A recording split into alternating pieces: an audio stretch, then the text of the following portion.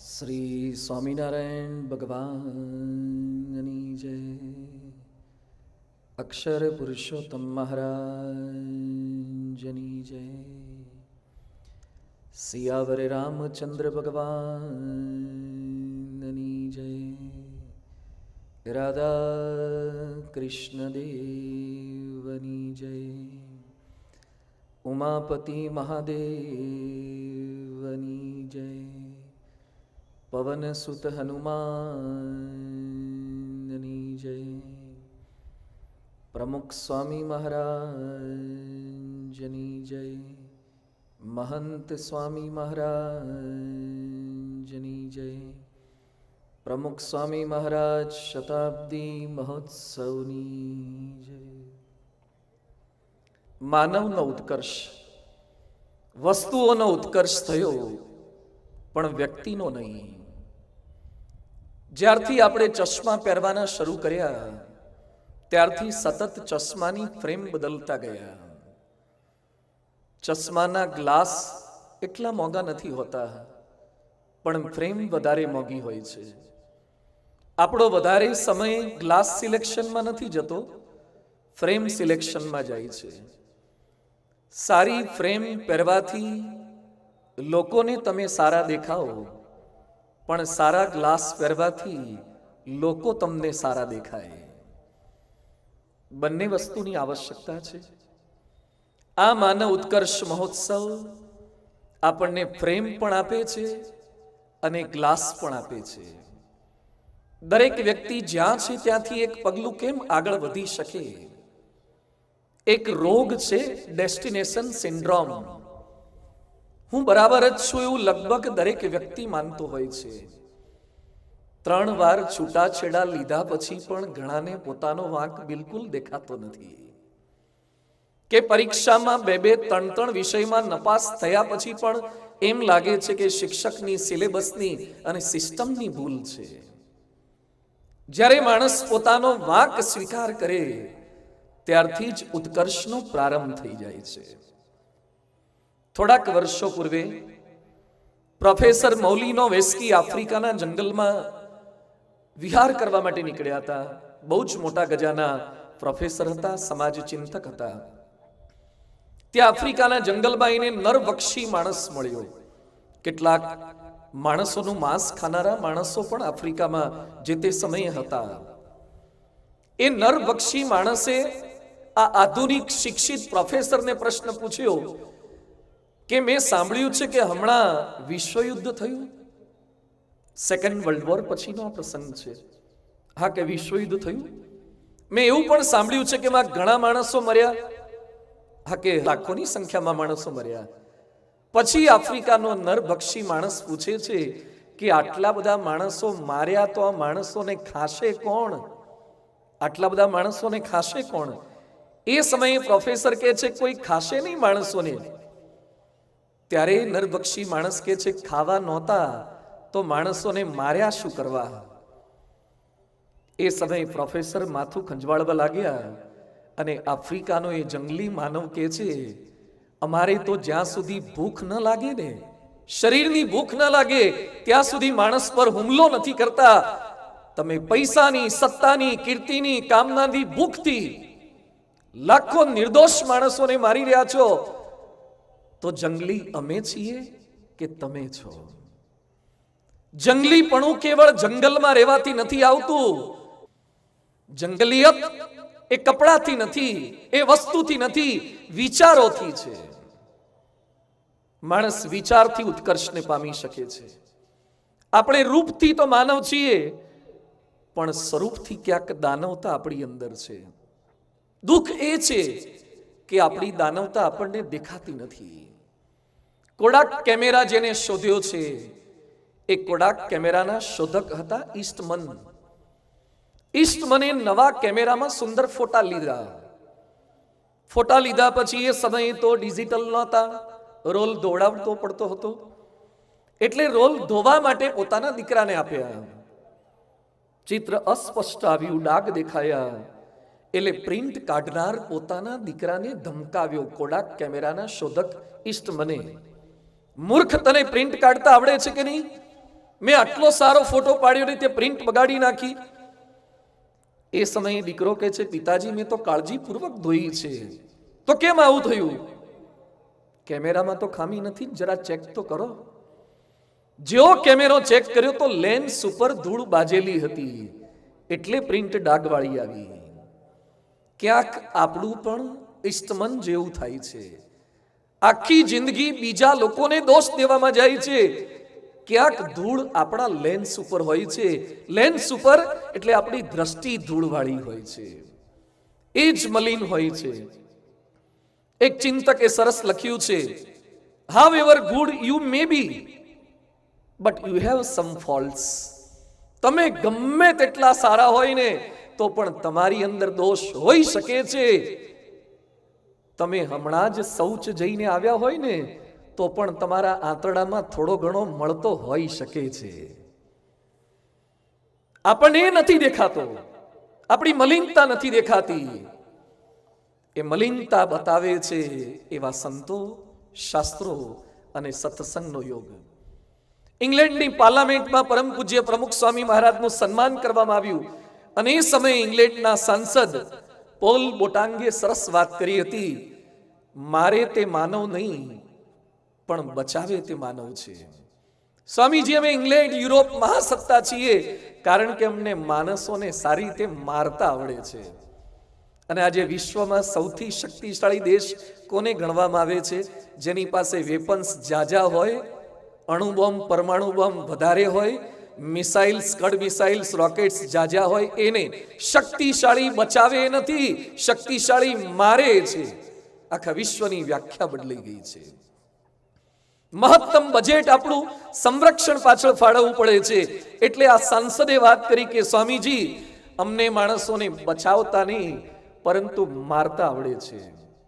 અમે માનવ મટી ગયા છીએ, અમને માનવ બનાવો. આજનો વિષય છે વારસ સાથે વિમર્શ. મહાભારતના યુદ્ધ બાદ કૌરવ નરેશ, કૌરવ રાજા ધૃતરાષ્ટ્ર દૂત સંજયને પ્રશ્ન કરે છે કે સંજય, મારા લાડકવાયા 100 સંતાનમાંથી એક પણ દીકરો કેમ બચ્યો નહીં? 5 પાંડવોનો જય જયકાર થયો અને 100 કૌરવો અધોગતિને કેમ પામ્યા? બોલ સંજય, કુદરતે કૌરવો સાથે અન્યાય કેમ કર્યો? મારી કઈ ભૂલની સજા મને મળી રહી છે? મારા 100 દીકરામાંથી કોઈ કેમ બચ્યું નહીં અને 5 પાંડવ બચી ગયા? એ સમય કેવળ ચર્મ ચક્ષુથી જ નહીં પણ જ્ઞાન ચક્ષુથી પણ અંધ એવા ધૃતરાષ્ટ્રની આંખ સામેનું, શરીરનું નહીં પણ મોહનું પડળ ખોલતા, મમત્વનો મોતિયો દૂર કરતા સંજય કહે છે કે રાજન, બાળપણમાં દુર્યોધનને કૌરવો પાંડવોને અન્યાય કરતા હતા, એ સમયે પણ તમે કૌરવોને રોક્યા નહીં. એ તમારી પહેલી ભૂલ. અભ્યાસમાં કે રમત ગમતની અંદર કૌરવો પાંડવો સાથે અન્યાય કરતા, છળ કપટ કરતા હતા, અદેખાઈ કરતા હતા, એ સમયે તમે એમને ટોક્યા પણ નહીં. એ તમારી બીજી ભૂલ છે. તમારા દીકરાઓએ જુગારમાં શકુની મામા સાથે ભળી અને પાંડવોને કપટ કરી અને વનવાસ આપી દીધો. એ તમારી ત્રીજી ભૂલ છે. પોતાના સગા ભાઈઓને જીવતા સળગાવી દેવા માટે લાક્ષાગૃહની રચના કરી કે 5 પાંડવો કુંતા સાથે મરી જાય, આવું લાક્ષાગૃહ બનાવ્યું તમારા દીકરા દુર્યોધને, કૌરવોએ. છતાં તમે ઠપકાનો એક શબ્દ બોલ્યા નહીં. એ તમારી ચોથી ભૂલ. ભર સભામાં આપ હાજર હતા, દ્રોણાચાર્ય હાજર હતા, ભીષ્મ પિતામહ હાજર હતા, છતાં તમારા જ કુળની પુત્ર વધુનું વસ્ત્રાહરણ થતું હતું ત્યારે તમે બોલ્યા નહીં અને દ્રૌપદીને ભર સભામાં નિર્લજ્જ કરી. તમે સંતાનોને શિખામણનો એક અક્ષર પણ કહ્યો નહીં. એ તમારી 5મી ભૂલ. મહાભારતનું યુદ્ધ ન થાય એના માટે ભગવાન કૃષ્ણ સ્વયં દૂત બનીને આવ્યા, આજીજી કરવા માટે આવ્યા. એ સમયે ભગવાન કૃષ્ણની વાત સાંભળવાને બદલે તમારો લાડકવાયો દુર્યોધન કૃષ્ણને કેદ કરવા માટે જતો હતો, બંદી બનાવતો હતો. એ સમયે તમે વાલ સોયા દુર્યોધન સામે કરડી નજર પણ ન કરી. એ તમારી 6ઠી ભૂલ. આ સાંભળીને બાવળ ઉછેરી કેરીની આશા રાખનારા ધૃતરાષ્ટ્ર એકદમ ડગી ગયા અને સંજયને કહે છે, રહેવા દે સંજય, રહેવા દે, હવે મારાથી આ સંભળાશે નહીં. અને સંજય કહે છે, તમે તમારા સંતાનોને સગવડોને સાનુકૂળતાનું સામ્રાજ્ય આપ્યું, પણ સંસ્કારોનું ને સાવધાનીનું શિક્ષણ નથી આપ્યું, એની આ દશા છે. બીજ બોયા બબુલ કા તો આમ કહા સે ખાએ. લગભગ થોડાક વર્ષ પહેલા કાલાવાડ રોડ સ્થિત BAPS સ્વામિનારાયણ મંદિરે એક ભાઈ 2-3 દિવસથી મંદિરમાં દેખાતા હતા.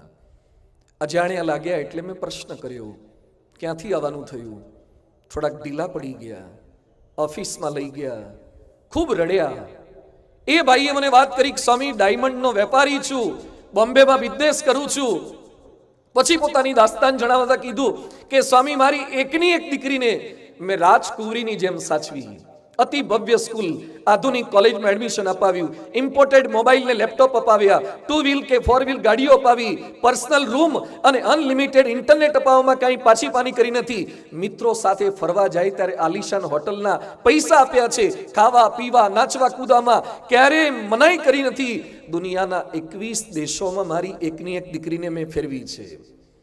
કાળજાના કટકાની જેમ હથેળીમાં સાચવતો હતો, છતાં મારી એકની એક દીકરીએ જ મારા કાળજાના કટકા કરી નાખ્યા. લોકોએ મને કીધું કે બોમ્બેમાં સંસ્કાર નથી, ગુજરાતમાં રાજકોટમાં ભણવા મોકલો. મારી 11મા ધોરણમાં ભણતી છોકરીએ રાજકોટના એના કરતા ઉંમરમાં 15 વર્ષ મોટા શિક્ષક સાથે ભાગીને લગ્ન કરી લીધા. કોલેજ છોડીને ભાગીને આવતી રહી અને 3 થી 5 કલાક રાત્રે બોમ્બેના પતિ પત્ની એની દીકરીને સામે બેસાડી ગેહલોત સાહેબે વ્યવસ્થા કરી આપી. અમે બંને 5 કલાક રડ્યા. દીકરીની આંખમાંથી એક આંસુનું ટીપું પણ પડતું નથી. અમારે શું આપવાનું રહી ગયું સ્વામી? મેં કીધું, તમે સગવડોનું સામ્રાજ્ય આપ્યું, પણ સંસ્કારોને સાવધાનીનું શિક્ષણ ના આપ્યું. બધું જ આપ્યું. જન્મદાતા તો તમે ભગવાનની કૃપાથી બની જાઓ છો, પણ સંસ્કાર પ્રદાતા બનવા માટે તમારે પતિ પત્ની બંને પ્રયત્ન કરવો પડે છે. છોડને કેવળ ખેડ અને ખાતર પાણીને છાંયડો આપવાથી વિકાસ નથી થતો, એને સમયે સમયે તડકો પણ આપવો પડે છે. અને જે છોડ તડકો ન ખમી શકે એ ક્યારેય ભવિષ્યમાં કોઈને છાંયડો પણ આપી શકતા નથી. જે તડકો ખમે ને એ જ બીજાને છાંયડો આપી શકે. અમેરિકાના ટેક્સાસમાં થોડાક દિવસો પહેલા ઘટના બની છે. અહીંયા બેઠેલા બધાએ વાંચી હશે અને કદાચ ટેલિવિઝન પર જોઈ પણ હશે. ઉબાલ્ડે નામના સિટીની અંદર રોબ એલિમેન્ટરી સ્કૂલની અંદર 18 વર્ષના એક યુવાને 19 બાળકો અને 2 સ્ટાફ મેમ્બર સાથે 21 વ્યક્તિઓની હત્યા કરી નાખી. અમેરિકન ગવર્મેન્ટે રાષ્ટ્રીય શોક જાહેર કરવો પડ્યો. 21 નિર્દોષ બાળકો અને સ્ટાફની હત્યા કરી નાખી. કેમ યુવા પેઢી ખોટા રસ્તે જઈ રહી છે? ન કેવળ ટેક્સાસની ઘટના, એક યુવાન 6 વર્ષ પહેલા મારી પાસે આવ્યો. મને કે સ્વામી, તમને ટેટુ ભૂસવા વાળા કોઈ ઓળખે છે? પણ તારે જરૂર શું પડી છે?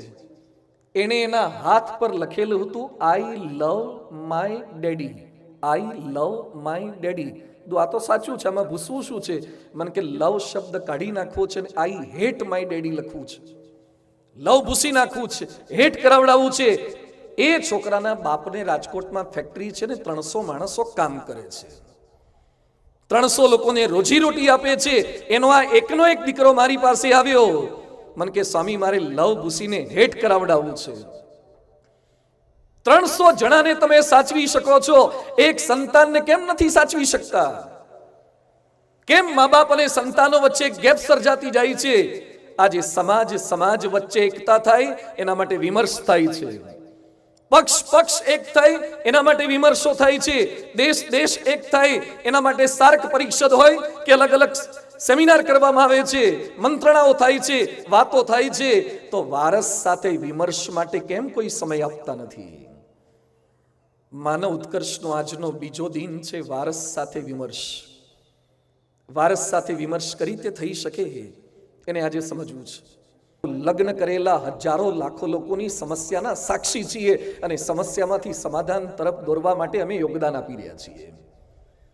તમારે તો કદાચ 1 કે 2 સંતાનની જવાબદારી હશે. હજારો ને લાખો સંતાનો આ સંતો પર આસ્થા અને શ્રદ્ધા રાખી પોતાની સમસ્યાઓ લઈને આવે છે. અમે બાળકો યુવાનોના આંસુ પણ લૂછીએ છીએ અને બાળકો યુવાનોની સમસ્યાઓથી રડી રહેલા મા બાપોને પણ સાંત્વના આપીએ છીએ. So we know the problems of this society. બંને પક્ષોને સાંભળીએ છીએ. આજે બંને પક્ષોની વાતો કરવી છે. કોઈ દોષિત નથી, કોઈ આરોપી નથી, પણ ક્યાંક ખૂટે છે, લિંક ખૂટે છે. આજે વિમર્શ એ કરવો છે. સંતાન સાથે વિમર્શ કઈ રીતે શક્ય બને? પહેલી વસ્તુ છે સંતાનોને સમય આપીએ. એક પછી એક સરસ રીતે આ મુદ્દા સમજતા જવા છે.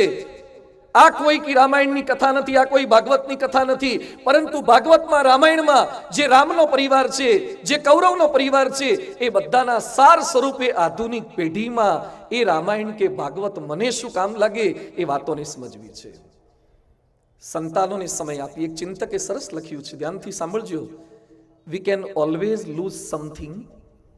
We can always lose something for someone, but we should not lose someone for something, because life can return something but not someone. કોઈક વસ્તુ ગુમાવવાનું બહુ દુઃખ ન કરતા. વસ્તુ તો પાછી આવી જશે, પણ વ્યક્તિ ગુમાવશો તો એ પાછી નહીં આવે. વ્યક્તિના ભોગે ક્યારે વસ્તુ ગુમાવશો નહીં. સ્વીડનના જ્હોન નિગ્રેન એક શિક્ષક હતા. પ્રધાનમંત્રી પદ મળતું હતું, છતાં પણ એને ઠુકરાવી દીધું કે મારે પ્રધાનમંત્રી નથી થવું, મારે એક આદર્શ બાપ થવું છે. હું સમય નહીં આપી શકું. મુકેશ અંબાણીએ સરસ વાત લખી છે કે મારા પિતા ધીરુભાઈ અંબાણી ગમે તેટલા વ્યસ્ત હોય છતાં પણ રવિવારનો દિવસ તો પત્નીને બાળકો માટે અવશ્ય ફાળવે જ.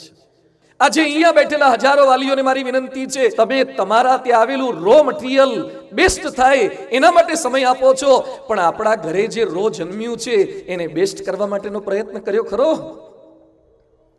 હીરાના કારખાનામાં કામ કરતા હોય તો પેલ, ગાઢ, તળિયા મથાળામાં નાખી અને રફને ડાયમંડ સારામાં સારો બનાવીએ છીએ. આપણા ઘરે જે રફ જન્મ્યું છે એને સારો ડાયમંડ બને એનો પ્રયત્ન કર્યો ખરો? કેટલો સમય આપ્યો? વર્તમાન પત્રમાં ભારતના ભવિષ્યની ચિંતા કરે છે. અરે ભારતના ભવિષ્યની જવાબદારી જેના શિરે છે, દિલ્હીમાં ચિંતા કરી રહ્યા છે. તમે તમારા ઘરના ભવિષ્યની ચિંતા કરો.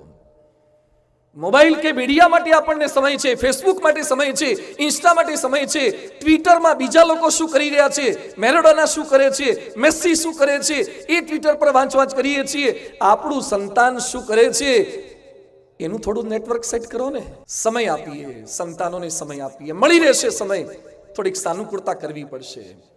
ગાડીની સફાઈ માટે કેટલાક લોકો રોજ સમય આપે, ગાડીની સફાઈ માટે, ચહેરાની સફાઈ માટે સમય આપે. આપણા સંતાનો માટે પણ ભલે થોડો તો થોડો, પણ થોડોક સમય રોજ આપીએ. બીજું છે સંતાનોને સ્નેહ અને સંગાથ આપીએ. સરસ્વતી ચંદ્રના લેખક ગોરધનરામ ત્રિપાઠી વકીલ હતા અને પુત્રીએ અગત્યના કાગળ રમતમાં ફાડી નાખ્યા. ગુસ્સો આવ્યો અને પુત્રીને મારવા જતા હતા ત્યાં જ વિચાર આવ્યો, હું ખાલી વકીલ નહીં પણ કોઈકનો પિતા પણ છું, એટલે મારે પિતા તરીકેનો વાત્સલ્ય ભાવ ભૂલવો ન જોઈએ. જેમ ઘરમાં પ્રવેશ કરતા પહેલા પગરખા બહાર ઉતારી દઈએ છીએ, એમ કેટલાક કંપનીના લેબલો પણ ઉતારીને પછી ઘરમાં પ્રવેશ કરજો. તમે કંપનીમાં ડાયરેક્ટર છો, ઘરમાં કોઈના ડાયરેક્ટર નથી, તમારે એક્ટર થવાનું છે. ડાયરેક્ટર તો ઘરવાળા છે, એ તમને રોલ આપે એ કરવાનું છે. ડાયરેક્ટર તો બીજા હોય છે, ત્યાં તો આપણે એક્ટિંગ જ કરવાની હોય છે. આ સમજવાનું છે. સ્નેહ સંગાત બહુ જરૂરી છે. મધ્યપ્રદેશના ઇન્દોરમાં થોડાક દિવસ પહેલા એક ઘટના બની છે. 11મા ધોરણમાં ભણતી એક ડોક્ટરની દીકરી ગળે ફાંસો ખાધો. 11મા ધોરણમાં ભણતી ડોક્ટરની દીકરીએ ગળે ફાંસો ખાધો. વાત જાણે એમ બની કે એ દીકરી સંગ દોષને કારણે, કુસંગને કારણે, ખરાબ કંપનીને કારણે સ્કૂલની કેન્ટીનમાં સિગરેટ પીતા પકડાઈ ગઈ. સિગરેટ પીતી હતી ને એના જ ક્લાસના બીજા છોકરાઓએ એનો ફોટો લઈ લીધો અને પછી દીકરીને બ્લેકમેલ કરી કે તું સિગરેટ પીવે છે, આ ફોટો અમારી પાસે આવી ગયો છે, હવે તને વાયરલ કરીશું, હેરાન કરીશું. આ રીતે એને હેરાન કરવાનો પ્રયત્ન કર્યો. એવી ગભરાઈ ગઈ બીકને કારણે શી હેઝ કમિટેડ સુસાઇડ. આજે સમાજમાં આત્મહત્યાઓની ઘટનાઓ જે વધી છે ને, એના મૂળમાં ક્યાંક સ્નેહ અને સંગાથની પણ થોડી કમી છે. જો દીકરીને બાપ સાથે એવું ટાઈપ હોત, ભૂલ તો થાય, બધાથી ભૂલ થાય, પણ એ ભૂલનો એકરાર કરવાનું એક સ્થાન હોવું જોઈએ અને કોઈક આપણી આગળ ભૂલની રજૂઆત કરે તો ને સ્વીકાર કરવાની તૈયારી આપણી હોવી જોઈએ. વિદેશમાં એક ભાઈએ નવી મર્સિડીઝ લીધી. મર્સિડીઝ બહાર મૂકેલી હતી, લોનમાં બેસીને, સન્ડે હતો એટલે છાપું વાંચતા હતા. એનો નાનકડો દીકરો ગાડી સાથે રમતો હતો. અચાનક એને કંઈક ઘસાવાનો અવાજ સંભળાયો એના વાલીને, એટલે ઊભા થઈને છાપું બાજુ પર મૂકીને ગયા તો નાનકડો છોકરો લોખંડનો ખીલો ક્યાંકથી એના હાથમાં આવી ગયો હતો. તો નવી મર્સિડીઝની બોનેટ ઉપર ખીલાથી લીસોટા પાડતો હતો.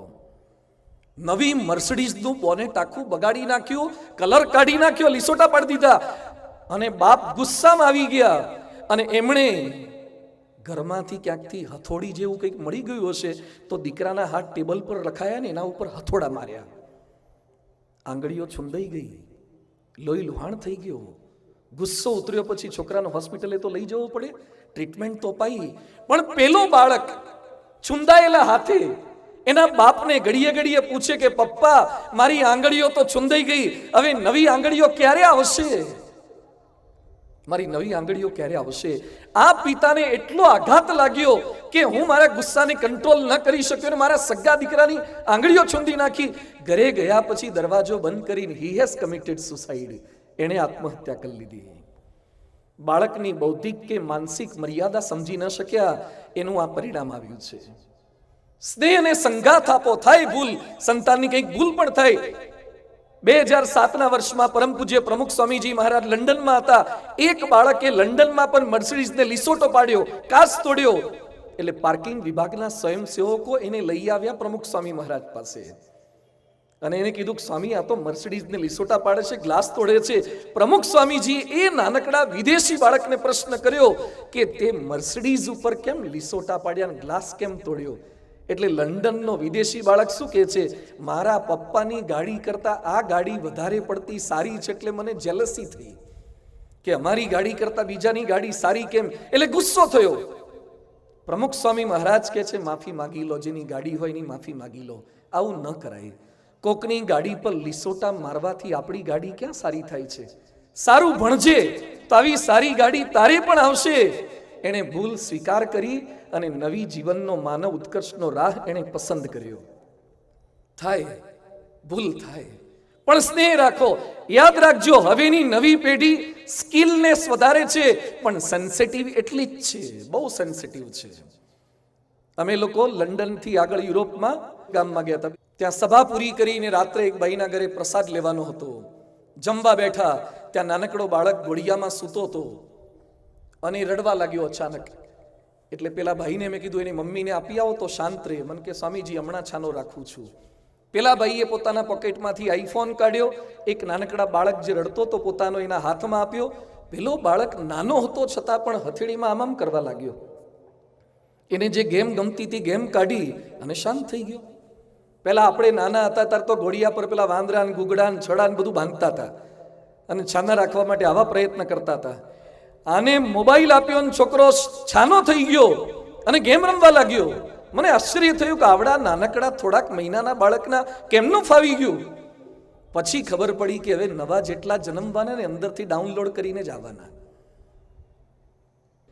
યાદ રાખજો, દીકરો રડતો હોય ને મોબાઈલ આપશો તો છાનો થઈ જશે, શાણો નહીં થાય. શાણો કરવા માટે તો માનવ ઉત્કર્ષમાં લઈ આવજો. છાના કરી દેતા તો ફાવે, પણ શાણો બનાવવો હોય તો એને સંતોનો સમાગમ કરવાનો છે.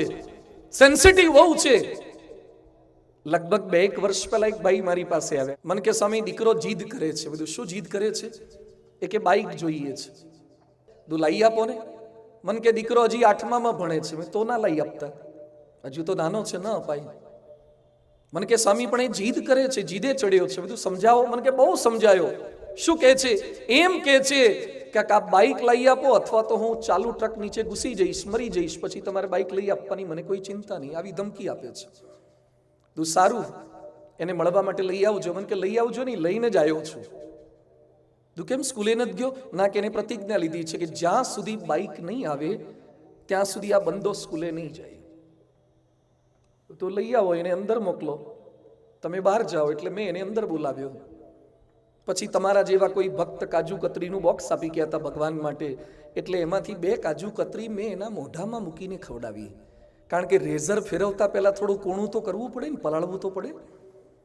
એટલે પહેલા હેત પ્રેમ કરવું પડે, સ્નેહ સંગાથ આપવો પડે. સીધું રેઝર ફેરવાય નહીં તો પ્રોબ્લેમ થાય. પછી મેં 20 મિનિટ સુધી એટલી સરસ વાતો કરી, લોજિકલી સમજાવ્યું. મારી સામે જોઈને હસતો જાય, રાજી થતો જાય. મને કે અત્યાર સુધી ઘણા બધાએ મને સમજાવવાનો પ્રયત્ન કર્યો. મારા પપ્પાએ, મમ્મીએ, દાદાએ, દાદીએ, શિક્ષકોએ, આડોશી પાડોશી બધાએ સમજાવવાનો પ્રયત્ન કર્યો, પણ તમારા જેવો કન્વિન્સિંગ પાવર મેં કોઈનો જોયો નથી.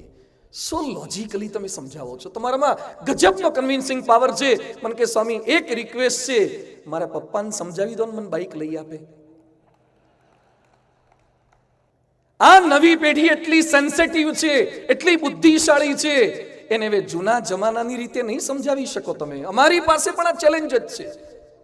અમારે ખાલી હાથમાં માળા આપી દો ને ફેરવવા જાય તો મોટી ઉંમરના માળા ફેરવે. આ નવા તો પથારી ફેરવવા હોય, એને માળા હાથમાં પકડાવી, એને ભગવાન પાસે ધ્યાન કરાવવું. એટલે ખાલી વાર્તાઓથી નથી ચાલતું, એને સાયન્સ સાથે લઈને ચાલવું પડે છે. એને અધ્યાત્મ અને વિજ્ઞાનનો સમન્વય કરીને સમજાવવું પડે છે. તમારા સંતાનો તમારી પાસે એના મિત્રોની પણ વાતો કરી શકે અને એના શત્રુઓની પણ વાતો કરી શકે. એના ક્યાંક વખાણ થયા હોય એ પણ બોલી શકે અને એની ટીકા થઈ હોય એ પણ બોલી શકે. એની સફળતાનું સારું રિઝલ્ટ પણ બતાવી શકે અને નપાસ થયેલી માર્કશીટ પણ બતાવી શકે. એની સુટેવની પણ વાતો કરી શકે અને કુટેવની પણ વાતો કરી શકે. એના દોષો સ્વભાવોની વાતો કરી શકે. જેમ ડોક્ટર આગળ દીકરો કે દીકરી ઓપન થઈને બધું કહી શકે, એમ તમારી આગળ કહી શકે તો સમજો કે વારસ સાથે વિમર્શ સાચો. કેમ ડિસ્ટન્સ રહે છે તમારા દીકરાઓને, તમારી દીકરીઓને તમારી સાથે? કઈ ડિસ્ટન્સ ન રહેવું જોઈએ. આજે વિશ્વવંદનીય પરમ પૂજ્ય પ્રમુખ સ્વામી મહારાજના અમે 1100 સંતો છીએ. કોઈ પટેલ છે, વાણિયા છે, બામણ છે, કોઈ દેશના છે, પરદેશના છે, કોઈ એકના એક છે, કોઈ બે ભાઈ છે, કોઈ ભણેલા છે, કોઈ અભણ છે, અલગ અલગ પરિવારમાંથી આવ્યા છે. છતાં પરમ પૂજ્ય પ્રમુખ સ્વામી મહારાજે દરેકને કાન આપ્યા છે, દરેકને ધ્યાન આપ્યું છે, દરેકને માન આપ્યું છે, સાચવ્યા છે, સ્નેહ અને સંગાથ આપ્યો છે. આજે વિશ્વના ખૂણે ખૂણે લાખો લોકો એમના એક વચને બધું જ કહ્યું કરતા હતા, કારણ કે એમને દરેકને સાંભળ્યા છે, દરેકને સ્નેહ આપ્યો છે. જે પ્રમુખ સ્વામી મહારાજનો શતાબ્દી મહોત્સવ ઉજવવા માટે જઈ રહ્યા છે, એ પ્રમુખ સ્વામી મહારાજ કેવા શ્રેષ્ઠ શ્રોતા હતા. વાલી બનીએ એટલે સંભળાવાનો અધિકાર પ્રાપ્ત નથી થતો, પહેલા સાંભળવું પડે છે. Listen first then speak. પહેલા સાંભળો, એની વેદનાને સાંભળો, પહેલા સમજો તો ખરા એ શું કહેવા માંગે છે. વ્યક્તિના શરીરમાં કયા પ્રકારનું દુઃખ થાય છે એ મશીન જાણી શકે છે, પરંતુ મનમાં કેટલી વેદના છે એને જાણવા માટે તો પ્રેમ જોઈએ, સ્નેહ જોઈએ, સંગાથ જોઈએ, તો તમે જાણી શકો છો. તો વારસ સાથે વિમર્શ માટે પહેલી વાત છે સમય આપજો, બીજો એને સ્નેહ આપજો. એ તમારી આગળ કન્ફેસ કરી શકે એટલી ટ્રાન્સપરન્સી રાખજો. ત્રીજું, એને સારું શિક્ષણ આપવું પડશે. હવે આપણી સંતાનોને સારું શિક્ષણ આપવાની પણ જવાબદારી આપણી છે, ફરજ આપણી છે. એક ભાઈને મેં પૂછ્યું, તમારો દીકરો કયામાં ભણે? મને કે લગભગ 5મા 6ઠામાં હશે. દીકરો કયામાં ભણે છે એમાં તમારે લગભગ બોલવું પડે? મને કે સ્વામી આમ એક્ઝેક્ટ જેવું છે, પણ તોય લગભગ બોલું, ખોટો જ ના પડું ને. તમારો દીકરો કયામાં છે તમને ખબર નથી તો તમે શું કરશો? નહીં ભણે તો? મને કે નહીં ભણે તો તમારી બાજુ મોકલી દઈશું. જો આ કઈ પાંજરાપોળ છે? ન ભણે ને આ બાજુ ભેગા કરવાના છે? યાદ રાખજો, BAPS માં હવે ગ્રેજ્યુએટ સિવાય કોઈને લેતા જ નથી. અમે શિક્ષિત સમાજ તૈયાર કરવો છે આપણે. એટલે દીકરાઓને સારું ભણે એના માટે પણ પ્રયત્ન કરજો, ભણાવજો. આપણા સંતાનો ડોક્ટરો, એન્જિનિયરો તો થાય, કલેક્ટર, કમિશનર થાય, એ સારું ભણવા જોઈએ. મીડિયા અને મિત્રોનું આકર્ષણ ખૂબ છે, યાદ રાખજો. ભણાવવા અઘરા તો છે. સાહેબો માટે પણ સ્કૂલો ચલાવી એ અઘરી થઈ ગઈ છે. સ્કૂલમાં બેસાડીને ભણાવવા એ અઘરું થઈ ગયું છે. પણ ભણાવજો, એ આકર્ષણોમાંથી બાજુ પર રાખીને એને શિક્ષણની વેલ્યુ સમજાવજો. પણ સંતાનની ક્ષમતા ઓળખીને શિક્ષણ આપજો. દરેક વાલીને એમ હોય કે હું ભણ્યો એના કરતા છોકરો વધારે ભણવો જોઈએ, બાજુવાળા કરતા પણ વધારે ભણવો જોઈએ, મારું નામ રોશન કરે એવું ભણવો જોઈએ. એને ગણિત કેમ ના આવડે? એને બાયોલોજીમાં ઓછા કેમ આવે? એને 1% પણ ઓછો કેમ આવ્યો? એ અંગ્રેજી ફ્લુઅન્ટ કેમ ન બોલી શકે? આવી કંઈક ને કંઈક ફરિયાદો આપણને આપણા સંતાનો માટે હોય છે. યાદ રાખજો, BMW 150ની સ્પીડ આપી શકે, 150ની એવરેજ ના આપી શકે. જેની સ્પીડ જાજી હોય ને એની એવરેજ ઓછી હોય. શાક કાપવાની છરીથી એ લાકડું ન કપાય અને કાગળની કાતરે કાપડમાં ના ચાલે. માછલી મેરેથોનમાં ના ઉતરે અને સસલું સ્વિમિંગમાં ના જીતે, અને પેટ્રોલની ગાડીમાં ડીઝલ ના નખાય. દરેક ગાડીની મર્યાદા હોય છે, એમ સંતાનોની પણ મર્યાદા હોય. કોઈકને ફિઝિક્સ ફાવે તો કોઈને કેમિસ્ટ્રી ફાવે. અરે કોઈકને ભણવાનું ન ફાવે તો કોઈકને સંગીત ફાવે, કોઈને સ્પોર્ટ્સ ફાવે. યાદ રાખજો, ભણાવજો, પણ એની ક્ષમતા જોઈને ભણાવજો. એની જે કેપેસિટી હોય એ ભણાવજો. આમાં ક્યાંક આપણે થાપ ખાઈ જઈએ છીએ એટલે સંતાનો સાથે સરખો વિમર્શ નથી કરી શકતા, અને સંતાનની રુચિ સમજીને શિક્ષણ આપજો. પાછા એક બાળકે રમવા માટે જીદ પકડી, એના પપ્પા કે બેસ ભણવા બેસ. પેલો કે ના મારે રમવા જવું છે. પપ્પા અત્યારે રમવા દો ને પછી હું ભણીશ. ના કે બેસ અત્યારે ભણવા. એના બાપ કે હું જોઉં છું, ઊભો છું, તું રમવા કેમ જાય છે? ચોપડી પકડાવી.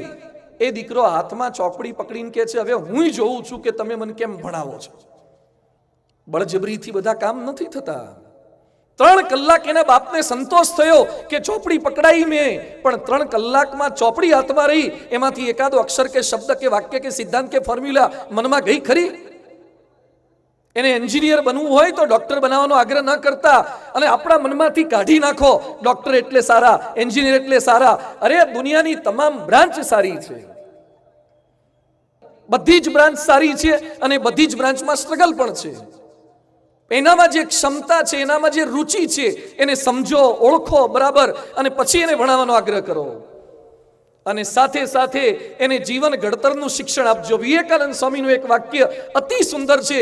અહીંયા બેઠેલા સ્કૂલના સંચાલકો બધાને મારી વિનંતી છે, ધ્યાનથી વાંચજો ને સાંભળજો. વિવેકાનંદ સ્વામી કહે છે, we want education by which character is firm, strength of mind is increase, and power of intellect is expanded, by which one can stand in one's own feet. વ્યક્તિને એવું શિક્ષણ આપો જેમાં ચારિત્રની દ્રઢતા થાય, મનની સ્થિરતા થાય, ઇન્ટેલેક્ચ્યુઅલ પાવર એક્સપાન્ડ થાય. આપણે આ નથી કરી શકતા એટલે તકલીફ થાય છે. એટલે વિમર્શ તો થશે, શિક્ષણની સાથે સાથે એને સંસ્કાર આપવાના છે. તારીખ 14/12/2012 ના રોજ અમેરિકાના કનેક્ટિકટમાં સેન્ડી હુક એલિમેન્ટરી સ્કૂલમાં 20 વર્ષના એડમ લાંજાએ 6-7 વર્ષના 20 બાળકો અને 6 સ્ટાફ સભ્યોને મારી નાખ્યા હતા. અમેરિકામાં ટેક્સાસમાં જે હમણાં ઘટના બનીને, આવી છાસવારે ઘટનાઓ બને છે. એ છોકરાએ પહેલા પોતાની માતાને મારી નાખી, પછી સ્કૂલમાં જઈ અને લગભગ 26-27 જણાને મારી નાખ્યા. હમણાં અમેરિકામાં સ્કૂલોમાં ચોરીની ઘટનાઓ વધી છે. સાબુ મૂકવાનું સ્ટેન્ડ આવે, soap stand, camera, bathroom mirror, teacher desk, એ બધી ચોરીઓ થાય છે. 99,000 ચોરીના વિડીયો પકડાયા છે. 99,000 અમેરિકાના બાળકોના. તો હું થોડાક મહિના પહેલાના આંકડા બોલી રહ્યો છું. અમેરિકાના રાષ્ટ્રપ્રમુખ ઓબામા હતા. એમણે સ્કૂલમાં, ધ્યાનથી સાંભળજો તમામ સ્કૂલોના સંચાલકો, વાલીઓ, ઉદ્યોગપતિઓ, રાજકીય અગ્રેસરો અને સરકારી અમલદારો, ઓબામાએ સ્કૂલમાં છાત્રોને બ્રહ્મચર્યના પાઠ ભણાવાય. કોલેજની વાત નથી કરતો, સ્કૂલમાં બ્રહ્મચર્યના પાઠ ભણાવાય. એના માટે 2009ના વર્ષમાં 900 કરોડનું બજેટ ફાળવ્યું હતું સ્કૂલમાં સેલિબેસીના પાઠ શીખવવા માટે. કારણ કે જો કિશોરોને બ્રહ્મચર્યના પાઠ ભણાવાય, બ્રહ્મચર્ય પાળે, તો નાની ઉંમરમાં થતા એબોર્શનના કેસીસ ને નિષ્કામ ધર્મના લોપના પ્રશ્નો ઘટી જાય. આજે આપણા ભારતને અમેરિકા બનાવવું છે ને, અમેરિકાની દશાની થોડીક વાતો કરવી છે. 2020ના વર્ષમાં 26,520 મર્ડર થયા છે, હત્યા અમેરિકાના પોતાના લોકો દ્વારા. અને અવારનવાર માસ શૂટિંગની ઘટનાઓ તો બનવા લાગી છે. હથિયાર બનાવતી અમેરિકામાં 12,600 ફેક્ટરી છે. વેપન પ્રોડક્શન, વેપન મેન્યુફેક્ચરિંગની કંપનીઓ છે 12,600. 55,900 ડિસ્ટ્રીબ્યુટર છે, ડીલરો છે 55,900. પહેલા અમેરિકામાં દર વર્ષે 30 લાખ બંદૂક બનતી હતી. આજે દર વર્ષે 84 લાખ બંદૂક અમેરિકા બનાવે છે. અને હવે ધ્યાનથી સાંભળજો, અમેરિકાની વસ્તી છે 34 કરોડ અને 40 કરોડ હથિયારો છે સામાન્ય પ્રજા પાસે. 34 કરોડની વસ્તી અને 40 કરોડ હથિયારો પ્રજા પાસે છે. 21,72,600 કેદી અમેરિકાની જેલમાં છે. અમે બધી અમેરિકાની જેલમાં ફરતા હતા. એના જે જેલર હતા અરૂપ શકુરી, એને મને બતાવ્યું કે સ્વામીજી અહીંયા મોસ્ક પણ રાખી છે, ચર્ચ પણ રાખ્યું છે, બધું જ રાખ્યું છે. ત્યાં એક પણ હિન્દુ મંદિર નહોતું. એટલે મેં એમને પ્રશ્ન પૂછ્યો કે સાહેબ તમે કેમ અન્યાય કરો છો? આવડી મોટી જેલ છે, 7,000 કેદી છે, તો દરેક ધર્મના સ્થાન તમે જેલમાં પુરાયેલા કેદીઓ માટે રાખ્યા છે, તો એકાદું હિન્દુ મંદિર રાખ્યું હોત તો? ત્યારે એ જેલર અરૂપ શકુરી, કેલિફોર્નિયાની લોસ એન્જલસની 7,000ની કેદીનો એ અધિતા હતા. એ બોલ્યો કે સ્વામીજી 20 વર્ષથી જેલર તરીકે કામ કરું છું, પણ મંદિરમાં જનારો એક પણ હિન્દુ કેદી આવ્યો જ નથી. જો સંસ્કારો હશે તો આવું કરવું જ નહીં પડે. અમેરિકામાં 21,72,600 કેદી, હાર્વર્ડ જેવી યુનિવર્સિટી હોવા છતાં પણ અમેરિકાની આ દશા છે. શિક્ષિત દુરાચારીઓનું પ્રમાણ વધતું જાય છે. હવે વાત સાંભળીએ બ્રિટનની. બ્રિટનમાં 30,000 સ્કૂલોમાં બાળકોને દયાના પાઠ ભણાવવાનું હમણાં શરૂ કર્યું છે. 50,000 કીટ બનાવી છે. બ્રિટનની સંસ્થા છે કાઇન્ડનેસ યુકે. દયાના પાઠ ભણાવવા છે બાળકોને, કારણ કે હિંસા કરવા લાગ્યા છે. અને હવે એક સરસ વાત કરે છે અમેરિકાની એક સ્કૂલના આચાર્ય ડોક્ટર ચાઇન ગી નોટ. દર વર્ષે પોતાના શિક્ષકોને જે વાત કરે છે, શિક્ષકોને વાત કરે છે. બધા શિક્ષકો ધ્યાનથી સાંભળજો. ઇંગ્લિશમાં એ બોલે છે, dear teachers, I am a survivor of a concentration camp of Hitler. હિટલરના કેમ્પમાંથી બચેલો હું માણસ છું. My eyes saw what no man should witness. Gas chamber built by learned engineers. Children poisonized by educated physicians. Infants killed by trained nurses. Women and babies shoot and burned by high school and college graduates. So I am suspicious of education. ભણેલા એન્જિનિયરોએ, ડોક્ટરોએ gas ચેમ્બરોમાં લાખો લોકોને માર્યા છે. અને હવે એક સરસ વાત બોલે છે, your efforts must never produce learned monsters. Skilled psychopaths. Reading, writing, arithmetic are important only if they serve to make our children more human. Road પર ખાલી હોર્ડિંગો ના મારો કે મારી સ્કૂલમાં આટલા પર્સન્ટેજ આયા. તમારી સ્કૂલમાં માનવો કેટલા તૈયાર કર્યા ને હોર્ડિંગ થોડાક મારો. તમારી સ્કૂલોમાં કેટલા ટકા આવ્યા, કેટલા એન્જિનિયર થયા, કેટલા પીઆર આવ્યા, એની ખાલી જાહેરાતો ના કરો. તમારી સ્કૂલમાંથી નિર્વ્યસની કેટલા તૈયાર થાય છે, તમારી સ્કૂલમાં ભણેલો ક્યારે જિંદગીમાં છૂટાછેડા નહીં લે એવી તૈયારી આપી, સ્કૂલોમાં તાલીમ આપી. એ આપણા બધાની જવાબદારી છે. મારી સ્કૂલમાંથી બહાર નીકળેલો ક્યારે હત્યા નહીં કરે, મારી સ્કૂલમાંથી બહાર નીકળેલો ક્યારે આત્મહત્યા નહીં કરે, આ તાલીમ આપી શકીએ.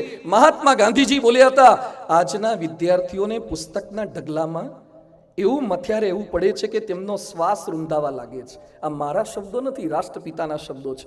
જો મારું ચાલે તો તેમાંથી મોટા ભાગના પાઠ્યપુસ્તકો રદ કરી નાખવું અને એવા લખાવું કે જેમનો ગૃહસ્થ જીવન સાથે સંબંધ હોય, મેળ હોય. જેમ જેમ બાળક શીખતું જાય તેમ તેમ આસપાસના વાતાવરણમાં ઓતપ્રોત થતું જાય, સક્રિય ભાગ લેતું જાય. બિલ ગેટ્સ બોલ્યા હતા કે હાર્વર્ડમાં ભણ્યા પછી પણ એજ્યુકેશન તમને સાયન્સ આપે છે, ટેકનોલોજી આપે છે, પણ વ્યક્તિની સંવેદના ઓળખતા હાર્વર્ડ પણ શીખવાડતું નથી. સ્કૂલો ખોટી નથી, સિલેબસ ખોટા નથી, પણ આઉટ ઓફ ધ બોક્સ જઈને પણ થોડુંક શીખવાડવું પડશે, ભણાવવું પડશે. એક પ્રોફેસરે પોતાની સગી માતાને બિલ્ડિંગ પરથી ફેંકી દીધા, મારી નાખ્યા, અને 90 દિવસ સુધી સ્ટોરી બનાવી કે ઉપર વોકિંગ કરવા ગયા હતા, લપસી ગયા એટલે પડી ગયા, તો સીસીટીવી કેમેરામાં પકડાઈ ગયું અને અત્યારે જેલની અંદર છે. શું શીખવાડવાના એ પ્રોફેસરો માતૃદેવો ભવ પિતૃદેવો ભવની વાતોની? હવે આપણે જાગૃત થવું પડશે. અહીંયા બેઠેલા વાલીઓને વિનંતી છે, હું કોઈ સ્કૂલને, સંચાલકને, સરકારને દોષ દેવા માટે નથી આવ્યો. આપણે બધા જેટલા ભાગીદાર છીએ. કોઈ એક વ્યક્તિનો, સંસ્થાનો, સમાજનો વાંક નથી. પણ આપણે શું કરી શકીએ આની વચ્ચે? સુધા મૂર્તિ, નારાયણ મૂર્તિના વાઇફ, ઇન્ફોસિસના કો ચેરમેન, એ સુધા મૂર્તિ પદ્મશ્રી વિજેતા છે. એના બાળકને મદદ કરવાની કેવી વાત શીખવાડે છે. ધ્યાનથી સાંભળજો. એના દીકરાના જન્મદિવસની પાર્ટી હતી અને બજેટ હતું 50,000 રૂપિયા. 50,000નું બજેટ ફાળવવાનું હતું. ખર્ચની એની તૈયારી હતી સુધા મૂર્તિની. એણે એના દીકરાને બર્થડે સેલિબ્રેશન કરતા પહેલા કીધું, દીકરા તારો જન્મદિવસ છે, સેલિબ્રેશન કરવું જોઈએ, પણ એમાંથી થોડાક પૈસા આપણા ડ્રાઈવરના બાળકો ભણે એના માટે આપવા જઈએ તો તારું મન માને છે કે નહીં? દીકરો તૈયાર ન થયો, કારણ કે એને તો સેલિબ્રેશન કરવું હતું, કેક કટ કરવી હતી, મિત્રોને બોલાવવા હતા, 50,000 ડ્રાઈવરના બાળકો માટે આપણે શું કરવા આપીએ? એની મમ્મીને કે મમ્મી એને પગાર તો આપવામાં આવે છે, એના પગારમાંથી એને છોકરાને ના ભણાવે? એ કે બેટા તો પણ હ્યુમેનિટી છે, આપણે થોડીક મદદ કરીએ તો તને શું વાંધો છે? થોડોક તૈયાર થયો, એને થોડાક પૈસા આપ્યા. ધીમે ધીમે કરતા સુધા મૂર્તિ એને ડેવલપ કરતા ગયા. 2001માં આતંકવાદીના હુમલા થયા અને એમાં મરેલા સૈનિકોને, એના પરિવારને પૈસા આપવા માટે સુધા મૂર્તિના દીકરાએ પોતાની તમામ સ્કોલરશીપ આપી દીધી. કાઇન્ડનેસના પાઠ શીખવાડો. દીકરા દીકરીઓને થોડુંક આ પણ શીખવાડજો. પેપ્સીકોલાના ચેરપર્સન, વાઇસ પ્રેસિડેન્ટ હતા, સીઈઓ હતા, ઇન્દ્રા નુઈ. એ પોતાના ઘરની અંદર મંદિર રાખે, ગણપતિની મૂર્તિ રાખે, દીવો કરે, પોતાના બાળકોને 1.5-2 કલાક સાથે બેસાડે, તાલીમ આ આપે છે. શિવાજીના માતા જીજાબાઈ પેટમાં પોઢીને સાંભળેલી જેણે વાતો, શુરવીરતાની વાતો. એક ભાઈ મને કે પહેલા શિવાજી તૈયાર થતા હતા, હવે કેમ શિવાજી જેવા નથી થતા? મેં કીધું પહેલા જીજાબાઈ હતી, હવે જીઓબાઈ છે. જીઓબાઈમાં શિવાજી ના આવે. જેની માં આખો દિવસ ઓનલાઈન હોય, છોકરો આઉટલાઈન જવાની પૂરેપૂરી સંભાવના છે. જીજાબાઈ થવાનું છે. ઋષભદેવ ભગવાન પોતાના સંતાનોને નાયમ દેહો દેહ બાજાંદ્રુલોકે એ વાતો કરતા હતા. મદાલસા બોલતી હતી, શુદ્ધોસી બુદ્ધોસી નિરંજનોસી સંસાર માયા વિવર્જિતોસી. આ તાલીમ આપતા હતા. અને પરમ પૂજ્ય પ્રમુખ સ્વામી મહારાજ કહે છે, ચારિત્રવાન બનો અને ચારિત્રવાન સમાજ તૈયાર કરો. આપણે ચારિત્રવાન બનવાનું છે અને ચારિત્રવાન સમાજ તૈયાર કરવાનું. પણ ક્યાંક ક્યાંક આધુનિક પેઢીમાં મા બાપોની એક ભૂલ થાય છે. મારે મારા દીકરા દીકરીને મોડર્ન બનાવવા છે. એક ભાઈ મારી પાસે આવ્યા, મને કે બોમ્બેમાં તમારું મંદિર છે, ત્યાં ઉતારાનું સગવડ થાય? બધું તપાસ કરવી પડે, શિબિર કે કંઈ કાર્યક્રમ ના હોય તો પણ શેના માટે જવું છે? મને કે દીકરીને પેલી સ્પર્ધા છે, મિસ યુનિવર્સ ને મિસ વર્લ્ડ ને મિસ બોમ્બે ને આ બધી દીકરીઓને આ બધી સ્પર્ધામાં જોડીને શું કરાવવા માંગો છો? યાદ રાખજો, તમારી દીકરીને એવા કપડાં પહેરાવજો કે પછી તમે તમારી દીકરીની સામે જોઈ શકો. જે કપડાં પહેરાયા પછી તમે તમારી દીકરીની સામે આંખમાં આંખ ના મેળવી શકો, એવા કપડાં વાલીઓ થઈને દીકરીઓને શા માટે પહેરાવો છો? એવી વસ્તુઓ શા માટે ખવડાવો છો? એવા સાધનો શા માટે આપો છો? સુખી કરવા, મોડર્ન કરવા જુદી ટ્રેક પર શા માટે આપણે ચડાવી રહ્યા છીએ? જે લોકો ટોટલ વેસ્ટર્નના વાયરે ચડ્યા છે, યાદ રાખજો, વેસ્ટર્ન કલ્ચરમાં મા બાપને સાચવવાના કોન્સેપ્ટ જ નથી. એને વર્ષમાં એક જ દિવસ ફાધર્સ ડે ને મધર્સ ડે છે, અને આપણા ત્યાં જીવીએ ને ત્યાં સુધી ફાધર્સ ડે ને મધર્સ ડે છે. આપણા કોન્સેપ્ટ જુદા છે. આપણી સંસ્કૃતિ શા માટે આપણા મૂલ્યોને ભૂલીને આધુનિકતાની દોટ એ તરફ માંડીએ છીએ? એનું જે કંઈ સારું છે સ્વીકાર કરો, એનામાં જે કંઈ સદગુણો છે એને સ્વીકાર કરો, પણ આપણું ભૂલીને કશું જ ન એડોપ્ટ કરો. આપણી સંસ્કૃતિના મૂલ્યો છે, આપણી લાજ છે, આપણી શરમ છે, આપણી મર્યાદા છે, આપણા સંસ્કાર છે, એને ક્યારે ભૂલીએ નહીં. પરમ પૂજ્ય પ્રમુખ સ્વામી મહારાજે, પરમ પૂજ્ય મહંત સ્વામી મહારાજે બાળકોને, સમાજને આ આપવાનો પ્રયત્ન કર્યો. બ્રિટિશ એરવેઝમાં કેપ્ટન તરીકે કામ કરનારા મિનેશભાઈ પટેલ છેલ્લા 25 વર્ષથી કેપ્ટન તરીકે કામ કરી રહ્યા છે. એને સંતોએ પ્રશ્ન પૂછ્યો કે આપ કેપ્ટન તરીકે કામ કરો છો તો બ્રિટિશ એરવેઝમાં સ્ટાફ કેટલો છે? તો કે સ્વામીજી, પાયલોટ કો પાયલોટ બધું મળીને 5000 જેટલો સ્ટાફ છે. તો વ્યસન કરે? એ કે લગભગ અમારા ત્યાં તો વ્યસન તો કોમન છે, ખાવાનું પણ હોય, પીવાનું પણ હોય. પછી એમણે જ વાત કરી હતી કે સ્વામીજી, અમારા પાયલોટ્સને આઉટ ઓફ સ્ટેશન ઘણીવાર બહુ રહેવાનું થાય તો કેરેક્ટરમાં પણ લૂઝ થઈ જાય છે. સંતોએ પ્રશ્ન કર્યો કે તમારાથી ભૂલ થઈ કે નહીં? એ કે ના, મેં 25 વર્ષની જિંદગીમાં ક્યારે આવી ભૂલ નથી થઈ. ત્યારે કેપ્ટનને પૂછ્યું કે તમે કેમ મક્કમ રહી શક્યા, સંયમી કેમ રહી શક્યા? એણે બહુ સરસ વાત કરી કે ઘરમાં પંખો હોય, ટ્યુબલાઇટ હોય, ફ્રીજ હોય, ટીવી હોય, દરેકની ઇન્ડિવિજ્યુઅલ સ્વિચ હોય, પણ બધાની મેઇન સ્વિચ બહાર હોય. મેઇન સ્વિચ બંધ હોય પછી ઇન્ડિવિજ્યુઅલ સ્વિચ ગમે તેટલી પાડો તો પણ એક પણ ઇક્વિપમેન્ટ કે ઇન્સ્ટ્રુમેન્ટ સ્ટાર્ટ ન થાય. સંતો કે શું કહેવા માંગો છો? એ કે સ્વામીજી, મારી આંખ ખરાબ જોવાનો સંકલ્પ કરે, મારું કાન ખરાબ સાંભળવાનો સંકલ્પ કરે, મારું હાથ ખરાબ વ્યક્તિને સ્પર્શ કરવાનો સંકલ્પ કરે, ત્યાં મારી મેઇન સ્વિચ છે કે ભગવાનને ને પ્રમુખ સ્વામીને નહીં ગમે એટલે મારાથી આજ સુધી કોઈ ભૂલ થતી નથી. કોઈ કે અનુસંધાન આપણી નજર સમક્ષ રાખીએ જે આપણી પેઢીને સાચવી શકશે. તો સંતાનોને શિક્ષણની સાથે સાથે સંસ્કાર આપવાના છે, અને સંતાનો સાથે વિમર્શ કરવો એટલે સંઘર્ષ આપવાનો છે. સંતાન સાથે સંઘર્ષ નથી કરવાનો, પણ સંતાનને સંઘર્ષ આપવાનો છે. કાલે જ મેં છેલ્લે ઉલ્લેખ કર્યો હતો કે અમદાવાદના ડોક્ટર પિતાએ દીકરીને આઈફોન આપવાની ના પાડી તો દીકરીએ ચાલુ પંખામાં હાથ નાખી દીધો અને અભયમ ગ્રુપની બહેનોને બોલાવી પડી. કાઉન્સિલિંગ કરતા દીકરી બોલી કે મને ના સાંભળવાની ટેવ નથી. હમણાં એક હીરોનો જીરો પકડાયો તો ડ્રગ્સ કેસમાં. એ હીરોએ વચ્ચે સ્ટેટમેન્ટ આપ્યું હતું કે મારે એટલા રૂપિયા કમાઈ લેવા છે કે મારા બાળકોને જીવનભર કામ કરવાની જરૂર જ ન પડે.